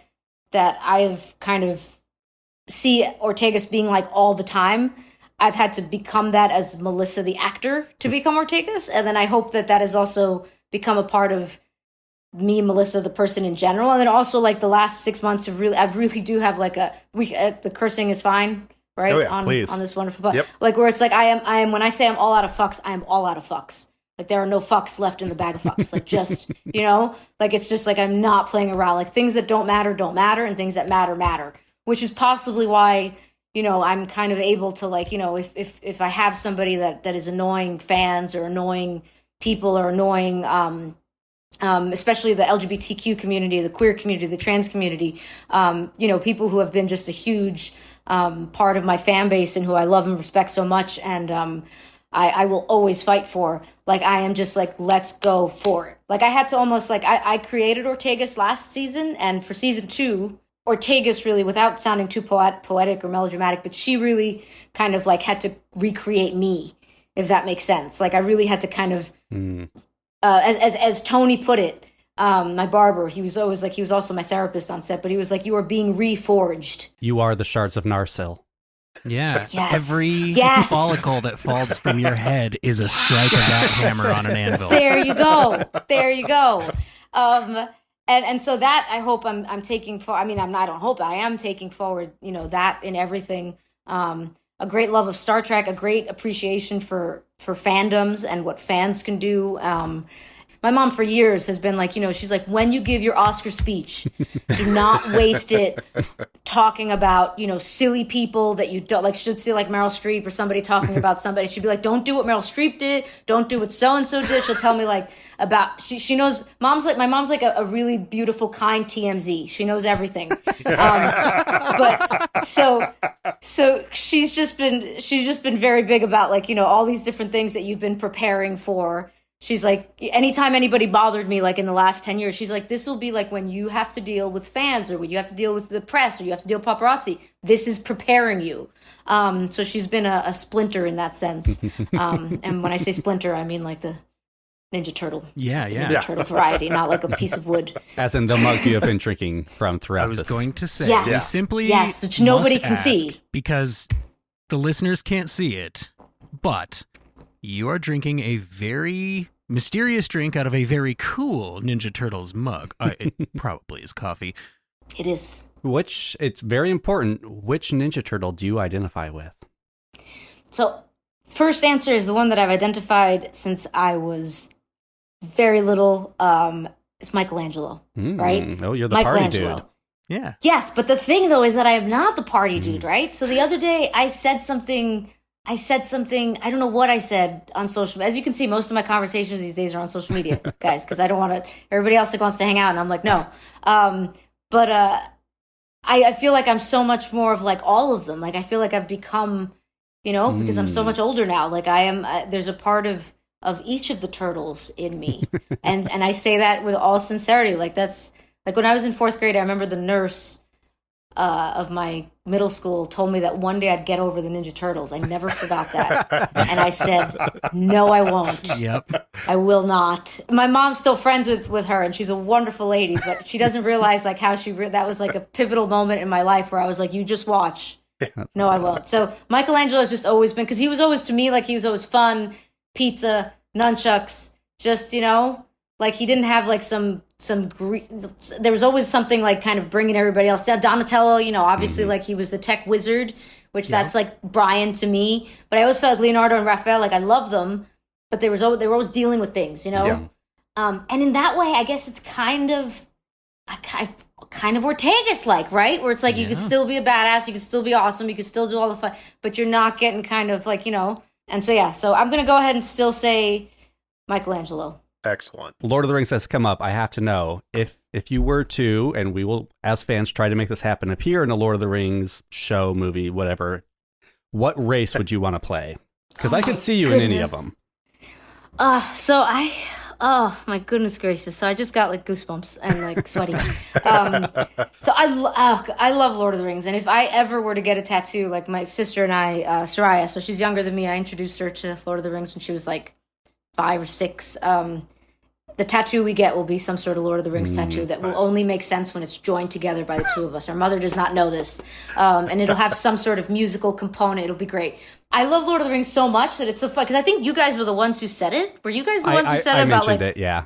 Yeah, and I was just like, oh, stop!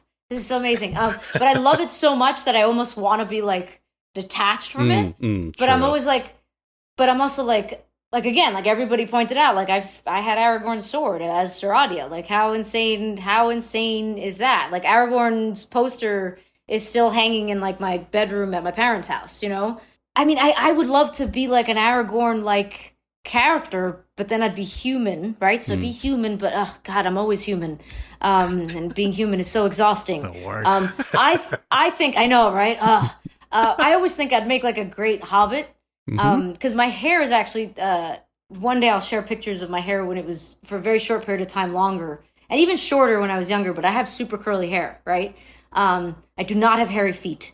My feet are adorable. They have prosthetics, yep. Yeah. I have super adorable feet. Let it be known. Not that hairy feet are not adorable. They can be totally adorable. It's not what I'm saying. Just I have small like hobbit feet, right? Not only are they not hair, but they're like great for like just walking barefoot, you know? So my feet are a little dainty, cute, adorable.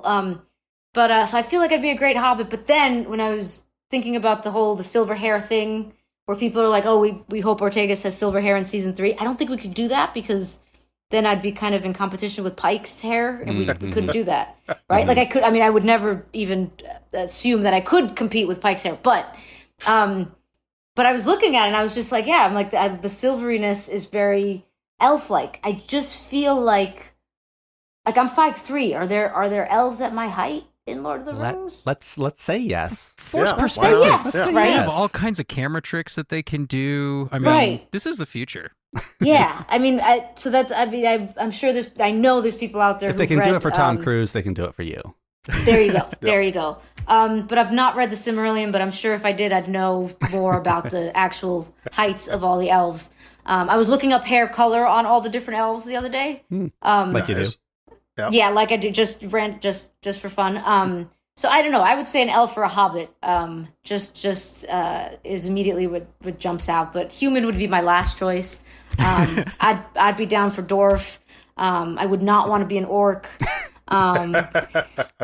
Just maybe for kicks. But yeah, I would say hobbit or elf. We'll put that out into the universe. We'll narrow it down to one by the time we get you on next time. Yes, and I'm definitely letting my manager know, guys, that we have specific requests as to roles that I will go out for. Earlier, you had said, when you're on set, you walk around like you fly the ship.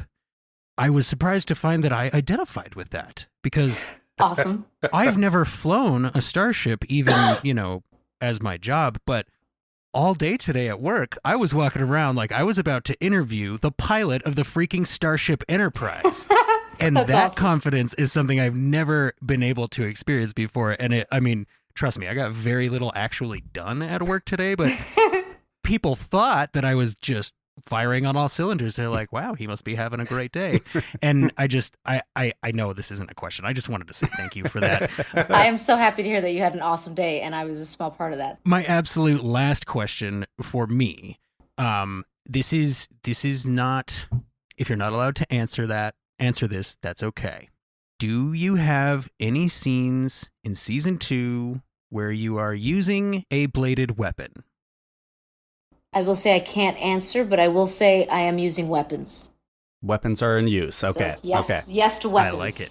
So Open Pike Night is a Open Mic Night themed podcast, and you've done stand-up before, and we've talked about the importance of you gotta laugh. So do you have a favorite joke you would like to share with everybody? You guys did slightly prep me for this, and the thing is, like, so my stand-up is all, like, story-based, right? And so whenever everyone's like, do you have, like, a joke? And I'm always like, no, I never have a joke. But I was thinking about, like, when my mom tells a joke, right? And she tells, like, mom jokes, and they make me laugh. So this is what I was hoping for, honestly. Okay, good. Okay, great. So absolutely. I can't remember. I don't remember them like word for word, but I'm gonna try to get them out. So I have 2. We'll start with 1, and then if it is absolutely terrible, we won't even try for the second one. So there's a love it already. You would think there was something else in this cup that wasn't coffee, but it is just coffee. It is a lot. It's actually coffee and chocolate milk, which is my favorite thing. Nice.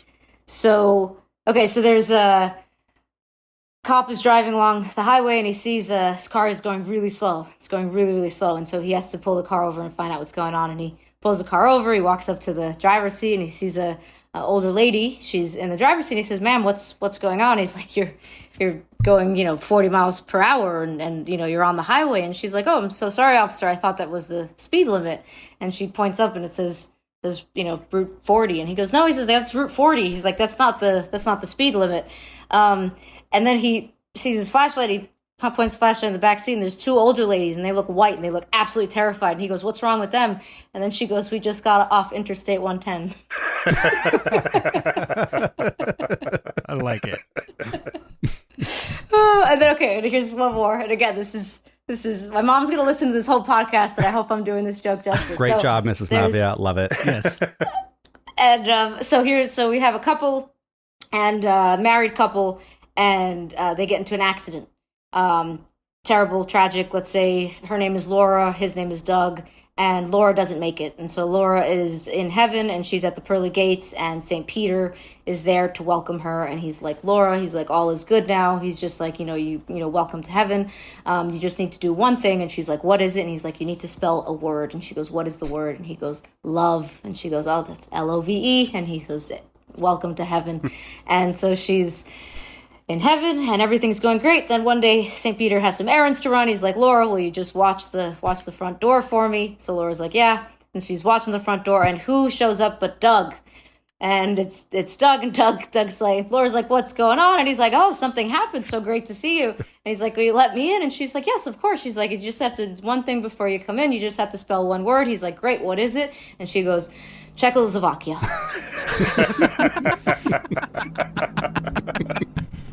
I couldn't do it. I'm a very good speller. I don't think I could do it.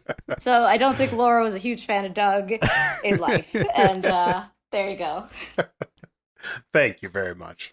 Maybe if you wanted to pose a question to the fans, we can pass that on to Twitter and let people, our community, respond in kind. If there's anything you've always kind of wondered about from the fan perspective. I mean, you might as well put it out there now. So one of the things that, as I was saying before, is like Brian used to, he would watch Deep Space Nine, right? And Brian introduced me to all sorts of new shows, especially shows from outside of the United States. And then the funny thing is, like, for a bunch of years there, like, I was so frustrated as a working actor where I just would get angry watching American shows, because I'd be like, I auditioned for that, I auditioned for that, I auditioned for that, I could have been on that, why am I not on that? So it's like I literally wanted to watch anything other than anything I've auditioned for. So Brian, like, introduced me to, like, just sitcoms and shows from, like, 30 years ago and from current day, but, like, but then when it comes to Star Trek, like, he would be watching Deep Space Nine, and so I have not been able to watch Deep Space Nine since his passing. And so one thing I would love to ask fans, and I'll let you guys do it, or I'll do it here, is just like I wanna start watching Deep Space Nine again, right? So a big thing that I'm doing is, like, I don't want to put things off, because the more you put things off, like, the more it's going to be harder to do. So I want to watch Deep Space Nine again. So, like, what are your favorite Deep Space Nine episodes? And also, like, the movies. So I was supposed to watch, Brian was going to show me his favorite of the movies. And then we literally were going to do that. And then this happened. So any, like, episodes that anyone loves, like, specifically Deep Space Nine, because that's kind of what I want to jump back into. Like, the first time I heard about Cardassians, like, for multiple times I kept thinking they were saying Kardashians. I knew they weren't. I knew they couldn't be. Yeah. But I was like, what are they saying? And then Brian would be like, he would explain about the Cardassian. I was like, got it. And so that's a question, is, like, definitely, like, what episodes of shows are your favorite that if, like, I could just go to and, like, watch, I would love to. So I've watched a bunch of The Next Generation. That was my show growing up. I watched TOS with Brian in prep for Strange New Worlds. I've watched, obviously, a lot of Discovery, and of course Picard, and also Lower Decks. I haven't watched enough of Prodigy, but my niece watches it with my brother-in-law, so I feel like by association I have, and I will. So yeah, so that's kind of my question for fans. It's like, what Deep Space Nine episodes, because I kind of jump back into, and so I'll be making Brian happy, and then I'll also feel like I'll be doing it at the recommendation of fans who know better than myself. Oh man, something came up that you actually, just Jesse said. Go ahead, John. I love Deep Space Nine. I am going to say I'm pretty sure a lot of people would be like, well, yeah, the easy comparison between Melissa and a character on DS9 is Keira Nerys, who is a fantastic character. I would say watch anything with Garrick as one of the main stars of the episode.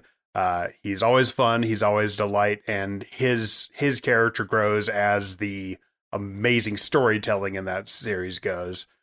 Awesome. And I think The Visitor is a very touching episode. In the Pale Moonlight is obviously one of my favorite and a lot of people's favorites, but you kind of have to build to it. And that's the thing with Deep Space Nine. After the first season, it's hard to just jump in and out, because they did go so, that's where a lot of the heavy serialization started. Yeah, but it's so good. And I think you'll enjoy it. Awesome. There were times where, like, I'd come home from so in season 1, when, like, Brian was with me in Toronto, and all of Toronto was in lockdown, so, like, the cast, literally, we never left Toronto because we couldn't, because if we tried to travel, we would have to quarantine. It was a whole thing. So Brian and I were in Toronto, and so I'd come home and he was also a fantastic chef, and he would be cooking, but he'd always have DS9 when he'd be cooking, and sometimes I'd come home after a long day, and I'd be like, please, no more work, and he would laugh, and he'd be like, look at you, the Star Trek actor, and I'd be like, I just need no bridge talk, just for I have to be up at 4 a.m. I hear censor one more time. Yeah. Right. And he would get such a kick out of it. But that was the only time I started to be a little bit less. It was once I was filming, where I was just please. I'm Star Trek all the time. Just give me a little break. So, but that's awesome. Thank you for those recommendations. And if you guys put that out, I will sit here and I will watch and I will enjoy it again. I will enjoy it again as Brian did. And you did mention Lower Decks, and we recently had a little bit of news at San Diego Comic-Con. I have to ask for the season 2 crossover episode with Lower Decks, which was directed by Jonathan Frakes. Whoa. Can you just share, what does that feel like to be on set and have Jonathan Frakes telling you how to trek through the stars? Oh my goodness. So Jonathan Frakes, I understand that the fans have heard this plenty, but he is truly wonderful. And Rebecca Romaine was the first one who told me, I think last season, just how amazing he is. They've worked together before, and he was supposed to direct one of our episodes for season 1, but couldn't because of Picard filming COVID issues. So when we found out that he was coming on for this episode, that was a secret that I am now happy is out, so we can at least talk about it a little bit. We were all so confused because, again, we still didn't have a script, right? The actors were literally the last ones to find out anything, which was a running joke this whole season 2. We're hello, somebody, it would help if we knew what we were doing. But we thought, is the whole thing anime? What's going on? We knew nothing. And then we found out he was going to be directing it, and I was like, am I going to cry, when I meet him? When it came to Jonathan Frakes, especially too, because it's season 2, so obviously I'm going through all this grief. I remember one thing Brian used to tell me last season was just you're the Riker of this crew. And then I've heard it in social media too, and that's another thing too on social media. That's another thing too is that hearing from fans, you guys say things that Brian used to always tell me. So in this weird way, I'm in a very strange position, right? I'm dealing with grief I wish on no one, and also fame that is very strange, right? In the most wonderful franchise, I think, on the planet. And so I'm dealing with all this at the same time, and it's all very strange. But hearing people talk about my Vulcan eyebrow raise, or my smirk, or my expressiveness, or the way that I'm pleasant to listen to. Brian used to always say that about my stand up. He's just you're very pleasing to listen to. He's people will just sit there and listen to you. It doesn't but so much of what you guys are saying, and when I started to hear people be she's the Riker, I'm that's what Brian used to say. So the first time I met him was on Zoom, and it was we had just always been talking. It was just so natural, organic, wonderful, and I was happy it was on Zoom because I was able to not kind of cry. Not that I still don't know if I would have done it, but it was just emotional. And I told him what Brian had told me, and he started laughing, and he's I didn't want to say it, but yeah. Whoa. How many goosebumps did you get at that point? Yeah, and it made me just and then you meet him in person, and I will never forget, there was a scene we were blocking, and he was reading the lines of a character that he does not play, but I was sitting at the helm, right? And I have my sides in front of me, and we're just blocking, so we're going through the lines, and he's standing above me, and it's the same, his voice is just fantastic, and it's Did he have a leg up on a console? He did not have a leg up on a console. Just trying to paint the picture. But even if he did, it was I was so much, I couldn't look at him because I was just so I was listening to his voice, and I was just really it was an out of body experience where I'm I am on the bridge at the helm, and I have Jonathan Frakes speaking, and he's not playing Riker, but he is Riker, and he's just doing the role of another. It was one of those things where it's I still, when I think about it, I'm that was so wild, that was so crazy. And then for the duration of when we actually started shooting the scene, our one of our wonderful script coordinators started doing those same lines. And we had to tell her and we had to tell John, we're like, it's just not the same. It's not the same. And she was like, she completely agreed. She was like, it is not the same. Like when Jonathan doesn't do it. But yeah, so shooting with him, like he's a delight on set. And he's absolutely so fun in a way that is just so organic. And so like, you can tell that he's really is a part of the world and enjoys it and loves it. And just makes you laugh. And like, I cannot wait until I get to work with him again. And he's Riker, and that's so crazy. Let me ask, because you brought up how, you were dealing with two sides of like huge life changes, with the loss of Brian and this fame. And maybe you've answered it throughout our conversation, but like, I feel like dealing with any one of those would be super hard for anyone. And you've got both. Like, how have you navigated that? It's so weird because it's like you go through these moments of like, right, so the big thing with grief, right, is there's no like, it's not like a linear path, right? And so one thing, I'm naturally a positive person, which you guys might have been able to tell by now. Yeah, I'm just, I'm always like on the bright side of things, like, it's like, if someone's like, oh, you can't do that, and I'm like, well, not with that attitude, so I'm always just like, things can be done and things can be made better. And so one thing as I'm trying to go through this grief where it's like I'm absolutely at all times, like you feel just all these things and you feel anger and you feel sadness and you feel lost and you feel depressed and you feel lazy and you feel guilty because you're not doing enough or you feel guilty because you're doing too much. But one of the things about grief that if somebody who hasn't gone through it or they don't understand is like you could have days where you're having a good day, right? Or you're laughing, you're like, and grief is still there, right? And so that's one thing that I keep kind of reminding myself is like, I'm going through all these different things and every single day is like, I feel like, again, not to sound melodramatic, but I thought about this yesterday. It's like every day I feel a bit like I'm fighting for my life, right? Like I'm fighting to like figure out what I'm doing and how I'm going to do it. And especially because like as an actor, so much of your working life you spend trying to prove to people that you can do what you do, for a living. And Brian was a part of that for me. Absolutely. Like I say it and I mean it. I am on Star Trek because of Brian Bannon. Like it's the truth.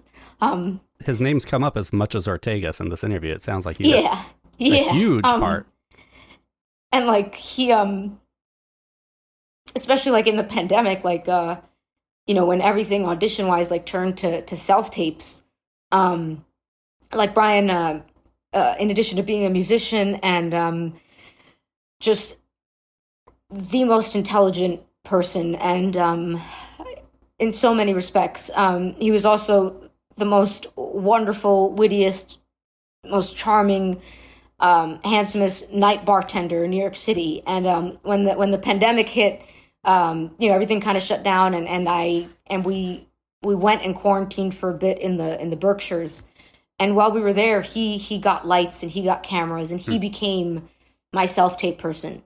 And we auditioned like nobody's ever auditioned before, and we got into arguments, and he's as stubborn as I am, and I would be like, I've auditioned 1,000 times, and he's like, you're not. He's like, are you gonna, he'd be like, this is how we're gonna shoot it, and I'm like, that's not how we're gonna shoot, But he really, like, when the Star Trek audition came around, like, we had really kind of gotten down to a science of auditioning and how it was happening, but not just that, like, all the time we'd been together, he made it possible for me to audition and to do things and to and to just continue to believe and strive for this goal of mine where I was just like, I'm going to be in a role that nobody else can play but me, right? And so we used to have all these times where it came down to me and another girl. And Brian once said, we just one day need it to be you and not the other girl. He's like, one day it'll be you.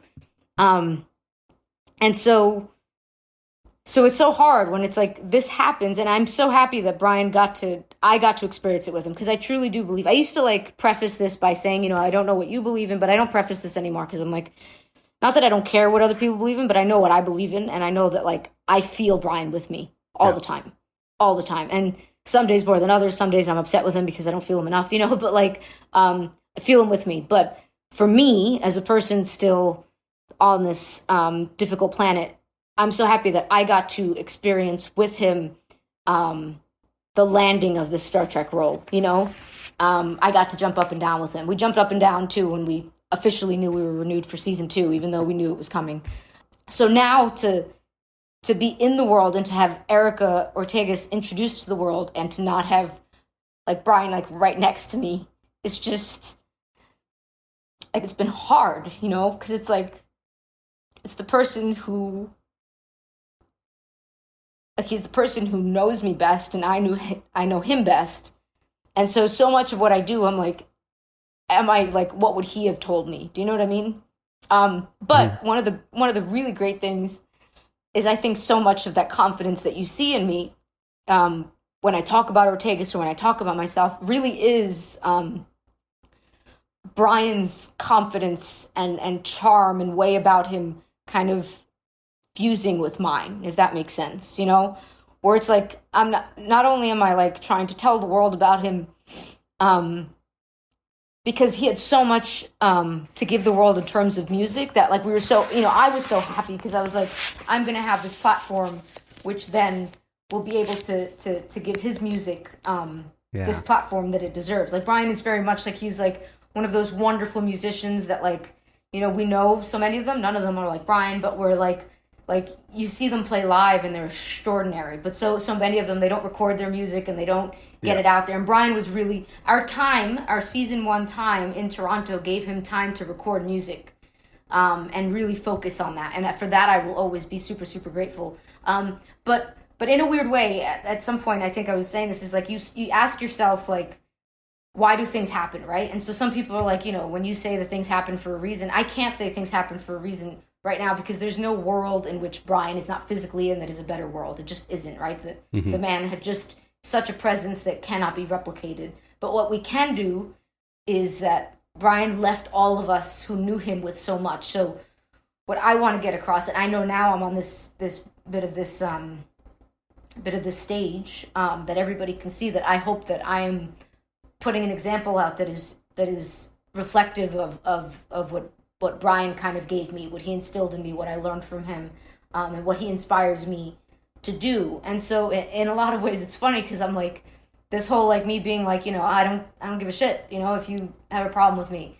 Like Brian had a great way of doing that, where he was so kind, and he was always like, one of those things that has happened in the last 6 months is I'm hearing from so many people about things that Brian did for them, like when they needed it most, but things that I never even knew about, because Brian was one of those people, like he was just like, you know, he would do things, but he wouldn't tell anybody, you know? Yeah. So not only was he like humble and wonderful, and he also, if he was here right now next to me, he would be like, you stop talking about me right now. He'd be like, no, he'd be like, enough of this. We spoke about, like, you know, when I become famous, so it's a weird thing to say, you know, and I'd be like, you know, how will I explain to like, you know, people who are going to style me for the red carpet, like what my style is, you know, people aren't going to get this, people aren't going to get that my short hair, people aren't going to, and so much of Brian's advice would always be like, just be you, tell your story. He's like, you're always going to deal with people who don't like certain things, you know? And so much of that, in this very long answer to a very short question, but I'm navigating it in that I am every day trying to incorporate Brian into everything I do, and in a way that I hope to, like, people used to ask me, like, I'd have like my hairstylist who's known me for years. Like, we had a joke a bunch of years ago where, it was maybe like 4 years ago, but I was just like, guys, I'm gonna be famous by March. Yeah. And so she was like, so every time I'd come in, which was like once a month, right, because my hair grows fast and it's short, and we're like, famous by March. And then March rolled around and we were like, we never said a year. So every year, which March? right. So and then I remember one time she asked me, she was like, and why do you want to be famous? And I'm like, I don't want to be famous. I'm like, I want to tell stories for a living without having to struggle to tell stories. Mm-hmm. All right. I want to be able to like have a bit of an income and be able to tell stories, because that's what I love doing. But now it's like, part of me is just like, here I have a platform, people want to hear me talk, and I can talk about Brian, right? So I don't know why all this has happened, and it's been so extraordinarily difficult. But the fact that it kind of like, Brian was with me like right up until all of the madness and the teasers and the trailers and kind of the plow to season 1, it's literally like, I feel like the life that I had ended, when my Brian died in December, which is people say that a lot, right? When your partner goes, you die, like who you were has died, right? Yeah. But then I and this has really been circulating in my head, is like if that's true, right? And if half of me died when Brian died, then half of him lives because I'm still here. And so Brian was a fan of Star Trek, and Brian was a fan of me, and so much of what you guys and fans love about Ortegas is there because Brian reminded me about it. He's like, fans are going to love this. Fans are going to watch this. You know, fans are going to see this. So it's been extraordinarily difficult, and there's nobody I can really speak to who can understand it. And so that's why I've looked up it's so funny because I do this thing where it's like I'd be watching like films or TV shows, you know, in the last 6-7 months, and I'll be enjoying something. I don't do this as like angrily as I was doing it 6 months ago, but I'd be watching something and I'd be like, does that person know grief? And I'd like Google them and I'd Wikipedia them. And if they didn't know grief, I'd turn it off. But then I'd like find other facts. I'd be like, they don't know. Again, like your Wikipedia is not your be all end all. God knows what my Wikipedia says right now. But like, I'd find out like other things. I'd be like, ooh, I don't know who died in that person's life, but they've had a stalker for the last 5 years. That's kind of like they know stalking grief. That's weird. But like a big thing of me has been like, who understands what I've gone through? But I can't Google like normal people who then became famous who had somebody die of this thing very quickly. So every single day feels like a new day where I'm trying to figure it out. Some days I do better than others.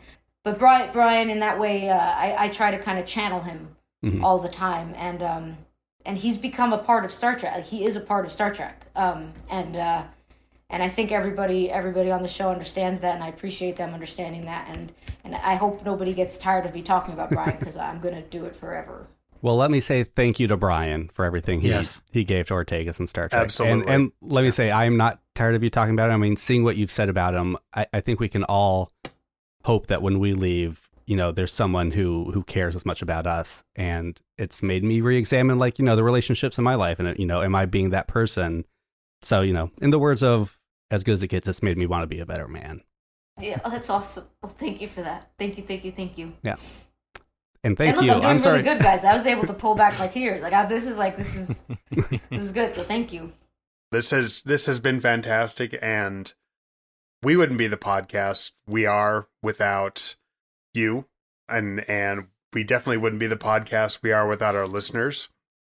We really, really appreciate this opportunity. Normally I close with like I'm wrapping up a comedy night. I don't feel like that's appropriate, but I do. I figured it out while we were talking, and to all of our listeners out there, and to every Star Trek fan and everybody who just is living a life right now, I would say the best advice you can take is from Melissa Navia. You can go anywhere you want. Absolutely. If I can do it, guys, you can do it. Thank you very much. Couldn't have asked for more. Thank you. And I can't wait for my mom to hear it, and I'll be sure to give you her feedback because she will have feedback. All right. I will Excellent. Be open for it, yeah. All right, fantastic. Well, guys, have a great rest of your night until we do this again. Have a wonderful night, Melissa. Yeah, I think I'm going to be up like for the next 8 hours thanks to this.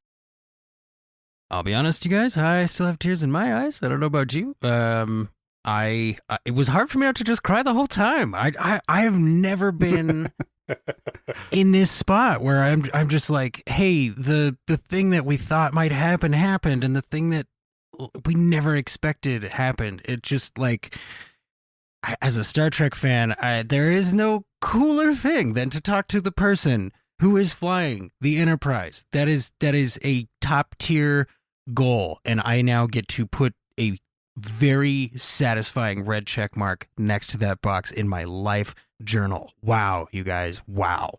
Well, I think the cooler thing than that is to do it and find out that she was as cool as we were hoping she would be. It was a great interview with her. I mean, Jesse said it best. Like, we thought maybe it would happen, and then it did, and it was everything we hoped it would be. She really opened up herself, and we want to thank her so much for coming on and just letting us pepper her with those questions and get to know the person behind the pilot, which I feel like we did, and I hope you, our community, feel that way too. Thank you to everybody, first off, who helped make that audio collage and help us make Melissa Navia cry right at the very beginning of the interview and start us off on the right foot. Mission accomplished, everyone. Yeah, good work.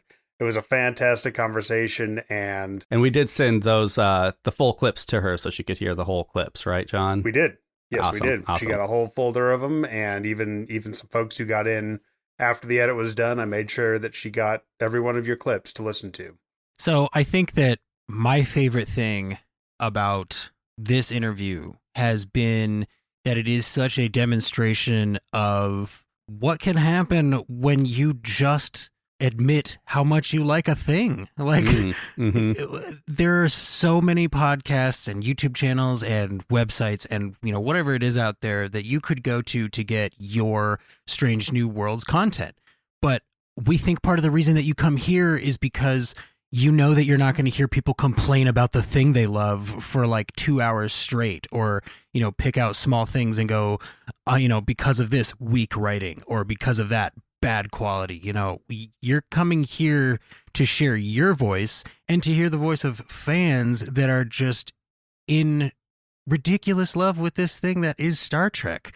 And I think that really comes across in this interview, because you can see that all of these things that Melissa has accomplished in her life have been a result of love and of the people around her supporting her and of people contributing to her journey.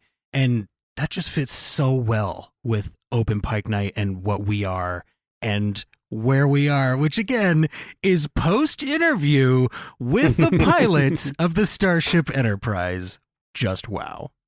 And just to be clear, we did talk a little bit afterwards. We did not hang up with her, on the verge of tears.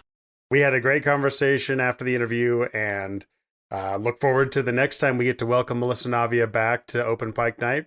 And also, we look forward to all the interviews to come. The cast and crew are taking a little bit of a break right now. They just finished wrapping up season 2, but tune in to Open Pike Night. You are going to hear more voices of Trek, not just Strange New Worlds, coming to the Open Pike Night stage. Let us know who you want us to interview next. The best way that you can help us land that next big interview is to share this show with your friends. Tell people to download it. Go listen on Apple Podcasts. Leave a 5-star rating and review. Do all of the free things that you can do to help us bring more Strange New Worlds directly to you. And with that, we do have other podcasts and other projects going on. Yeah, you can find me at GreenShirt87 on Twitter, talking about our show, Green Shirt, a newbie's trek through the next generation. Somehow I never watched TNG growing up, but I am doing so for the first time now in podcast form with my more knowledgeable co-hosts and producer John T. Bolds. We are nearing the end of season 5, and man, is the show getting good, both TNG and our podcast. So tune in wherever you're listening to this. And Jesse, where can people find you outside of Open Pike Night? If you find yourself caught between release weeks in the Open Pike Night off season, go ahead and use the same app that you're currently listening to this show in to find a show called Sudden But Inevitable, where I turn longtime friends into brand new fans of the shows that I feel they probably should have seen by now. For example, we started with Firefly, I took them through both flavors of Cowboy Bebop, and currently we are waltzing our way through the anime Death Note, which is about a teenager who finds a notebook that can kill people. If that sounds like it is up your alley, come check us out. If it sounds like it's not, come check us out, because that's kind of the premise of the show. Again, that's Sudden But Inevitable, and you can follow that show on Twitter at Sudden But. And you can follow our guest tonight on Twitter at Melissa C. Navia, if you aren't already. And you can find a link in our show notes to Brian Bannon's music on Bandcamp. And you can find me on Twitter at John T. Bolds. And if this is your first time listening to Open Pike Night, let me just say, please come follow the show on Twitter at Open Pike. You'll also see a button there on our profile that gets you signed up for our free newsletter that reminds our friends how to contribute each time we need callers. Of course, we are always finding new and easy ways to do that, but getting signed up for that newsletter is the easiest way to stay in touch with the show. And if you do, make sure to check your spam and junk folders, because I assure you that newsletter is neither. That newsletter is how you get to send your words directly to people like Melissa and Navia when they join us here at the Open Pike Night Stage. Again, follow the show on Twitter at Open Pike and get signed up for the Open Pike Night Crew Manifest.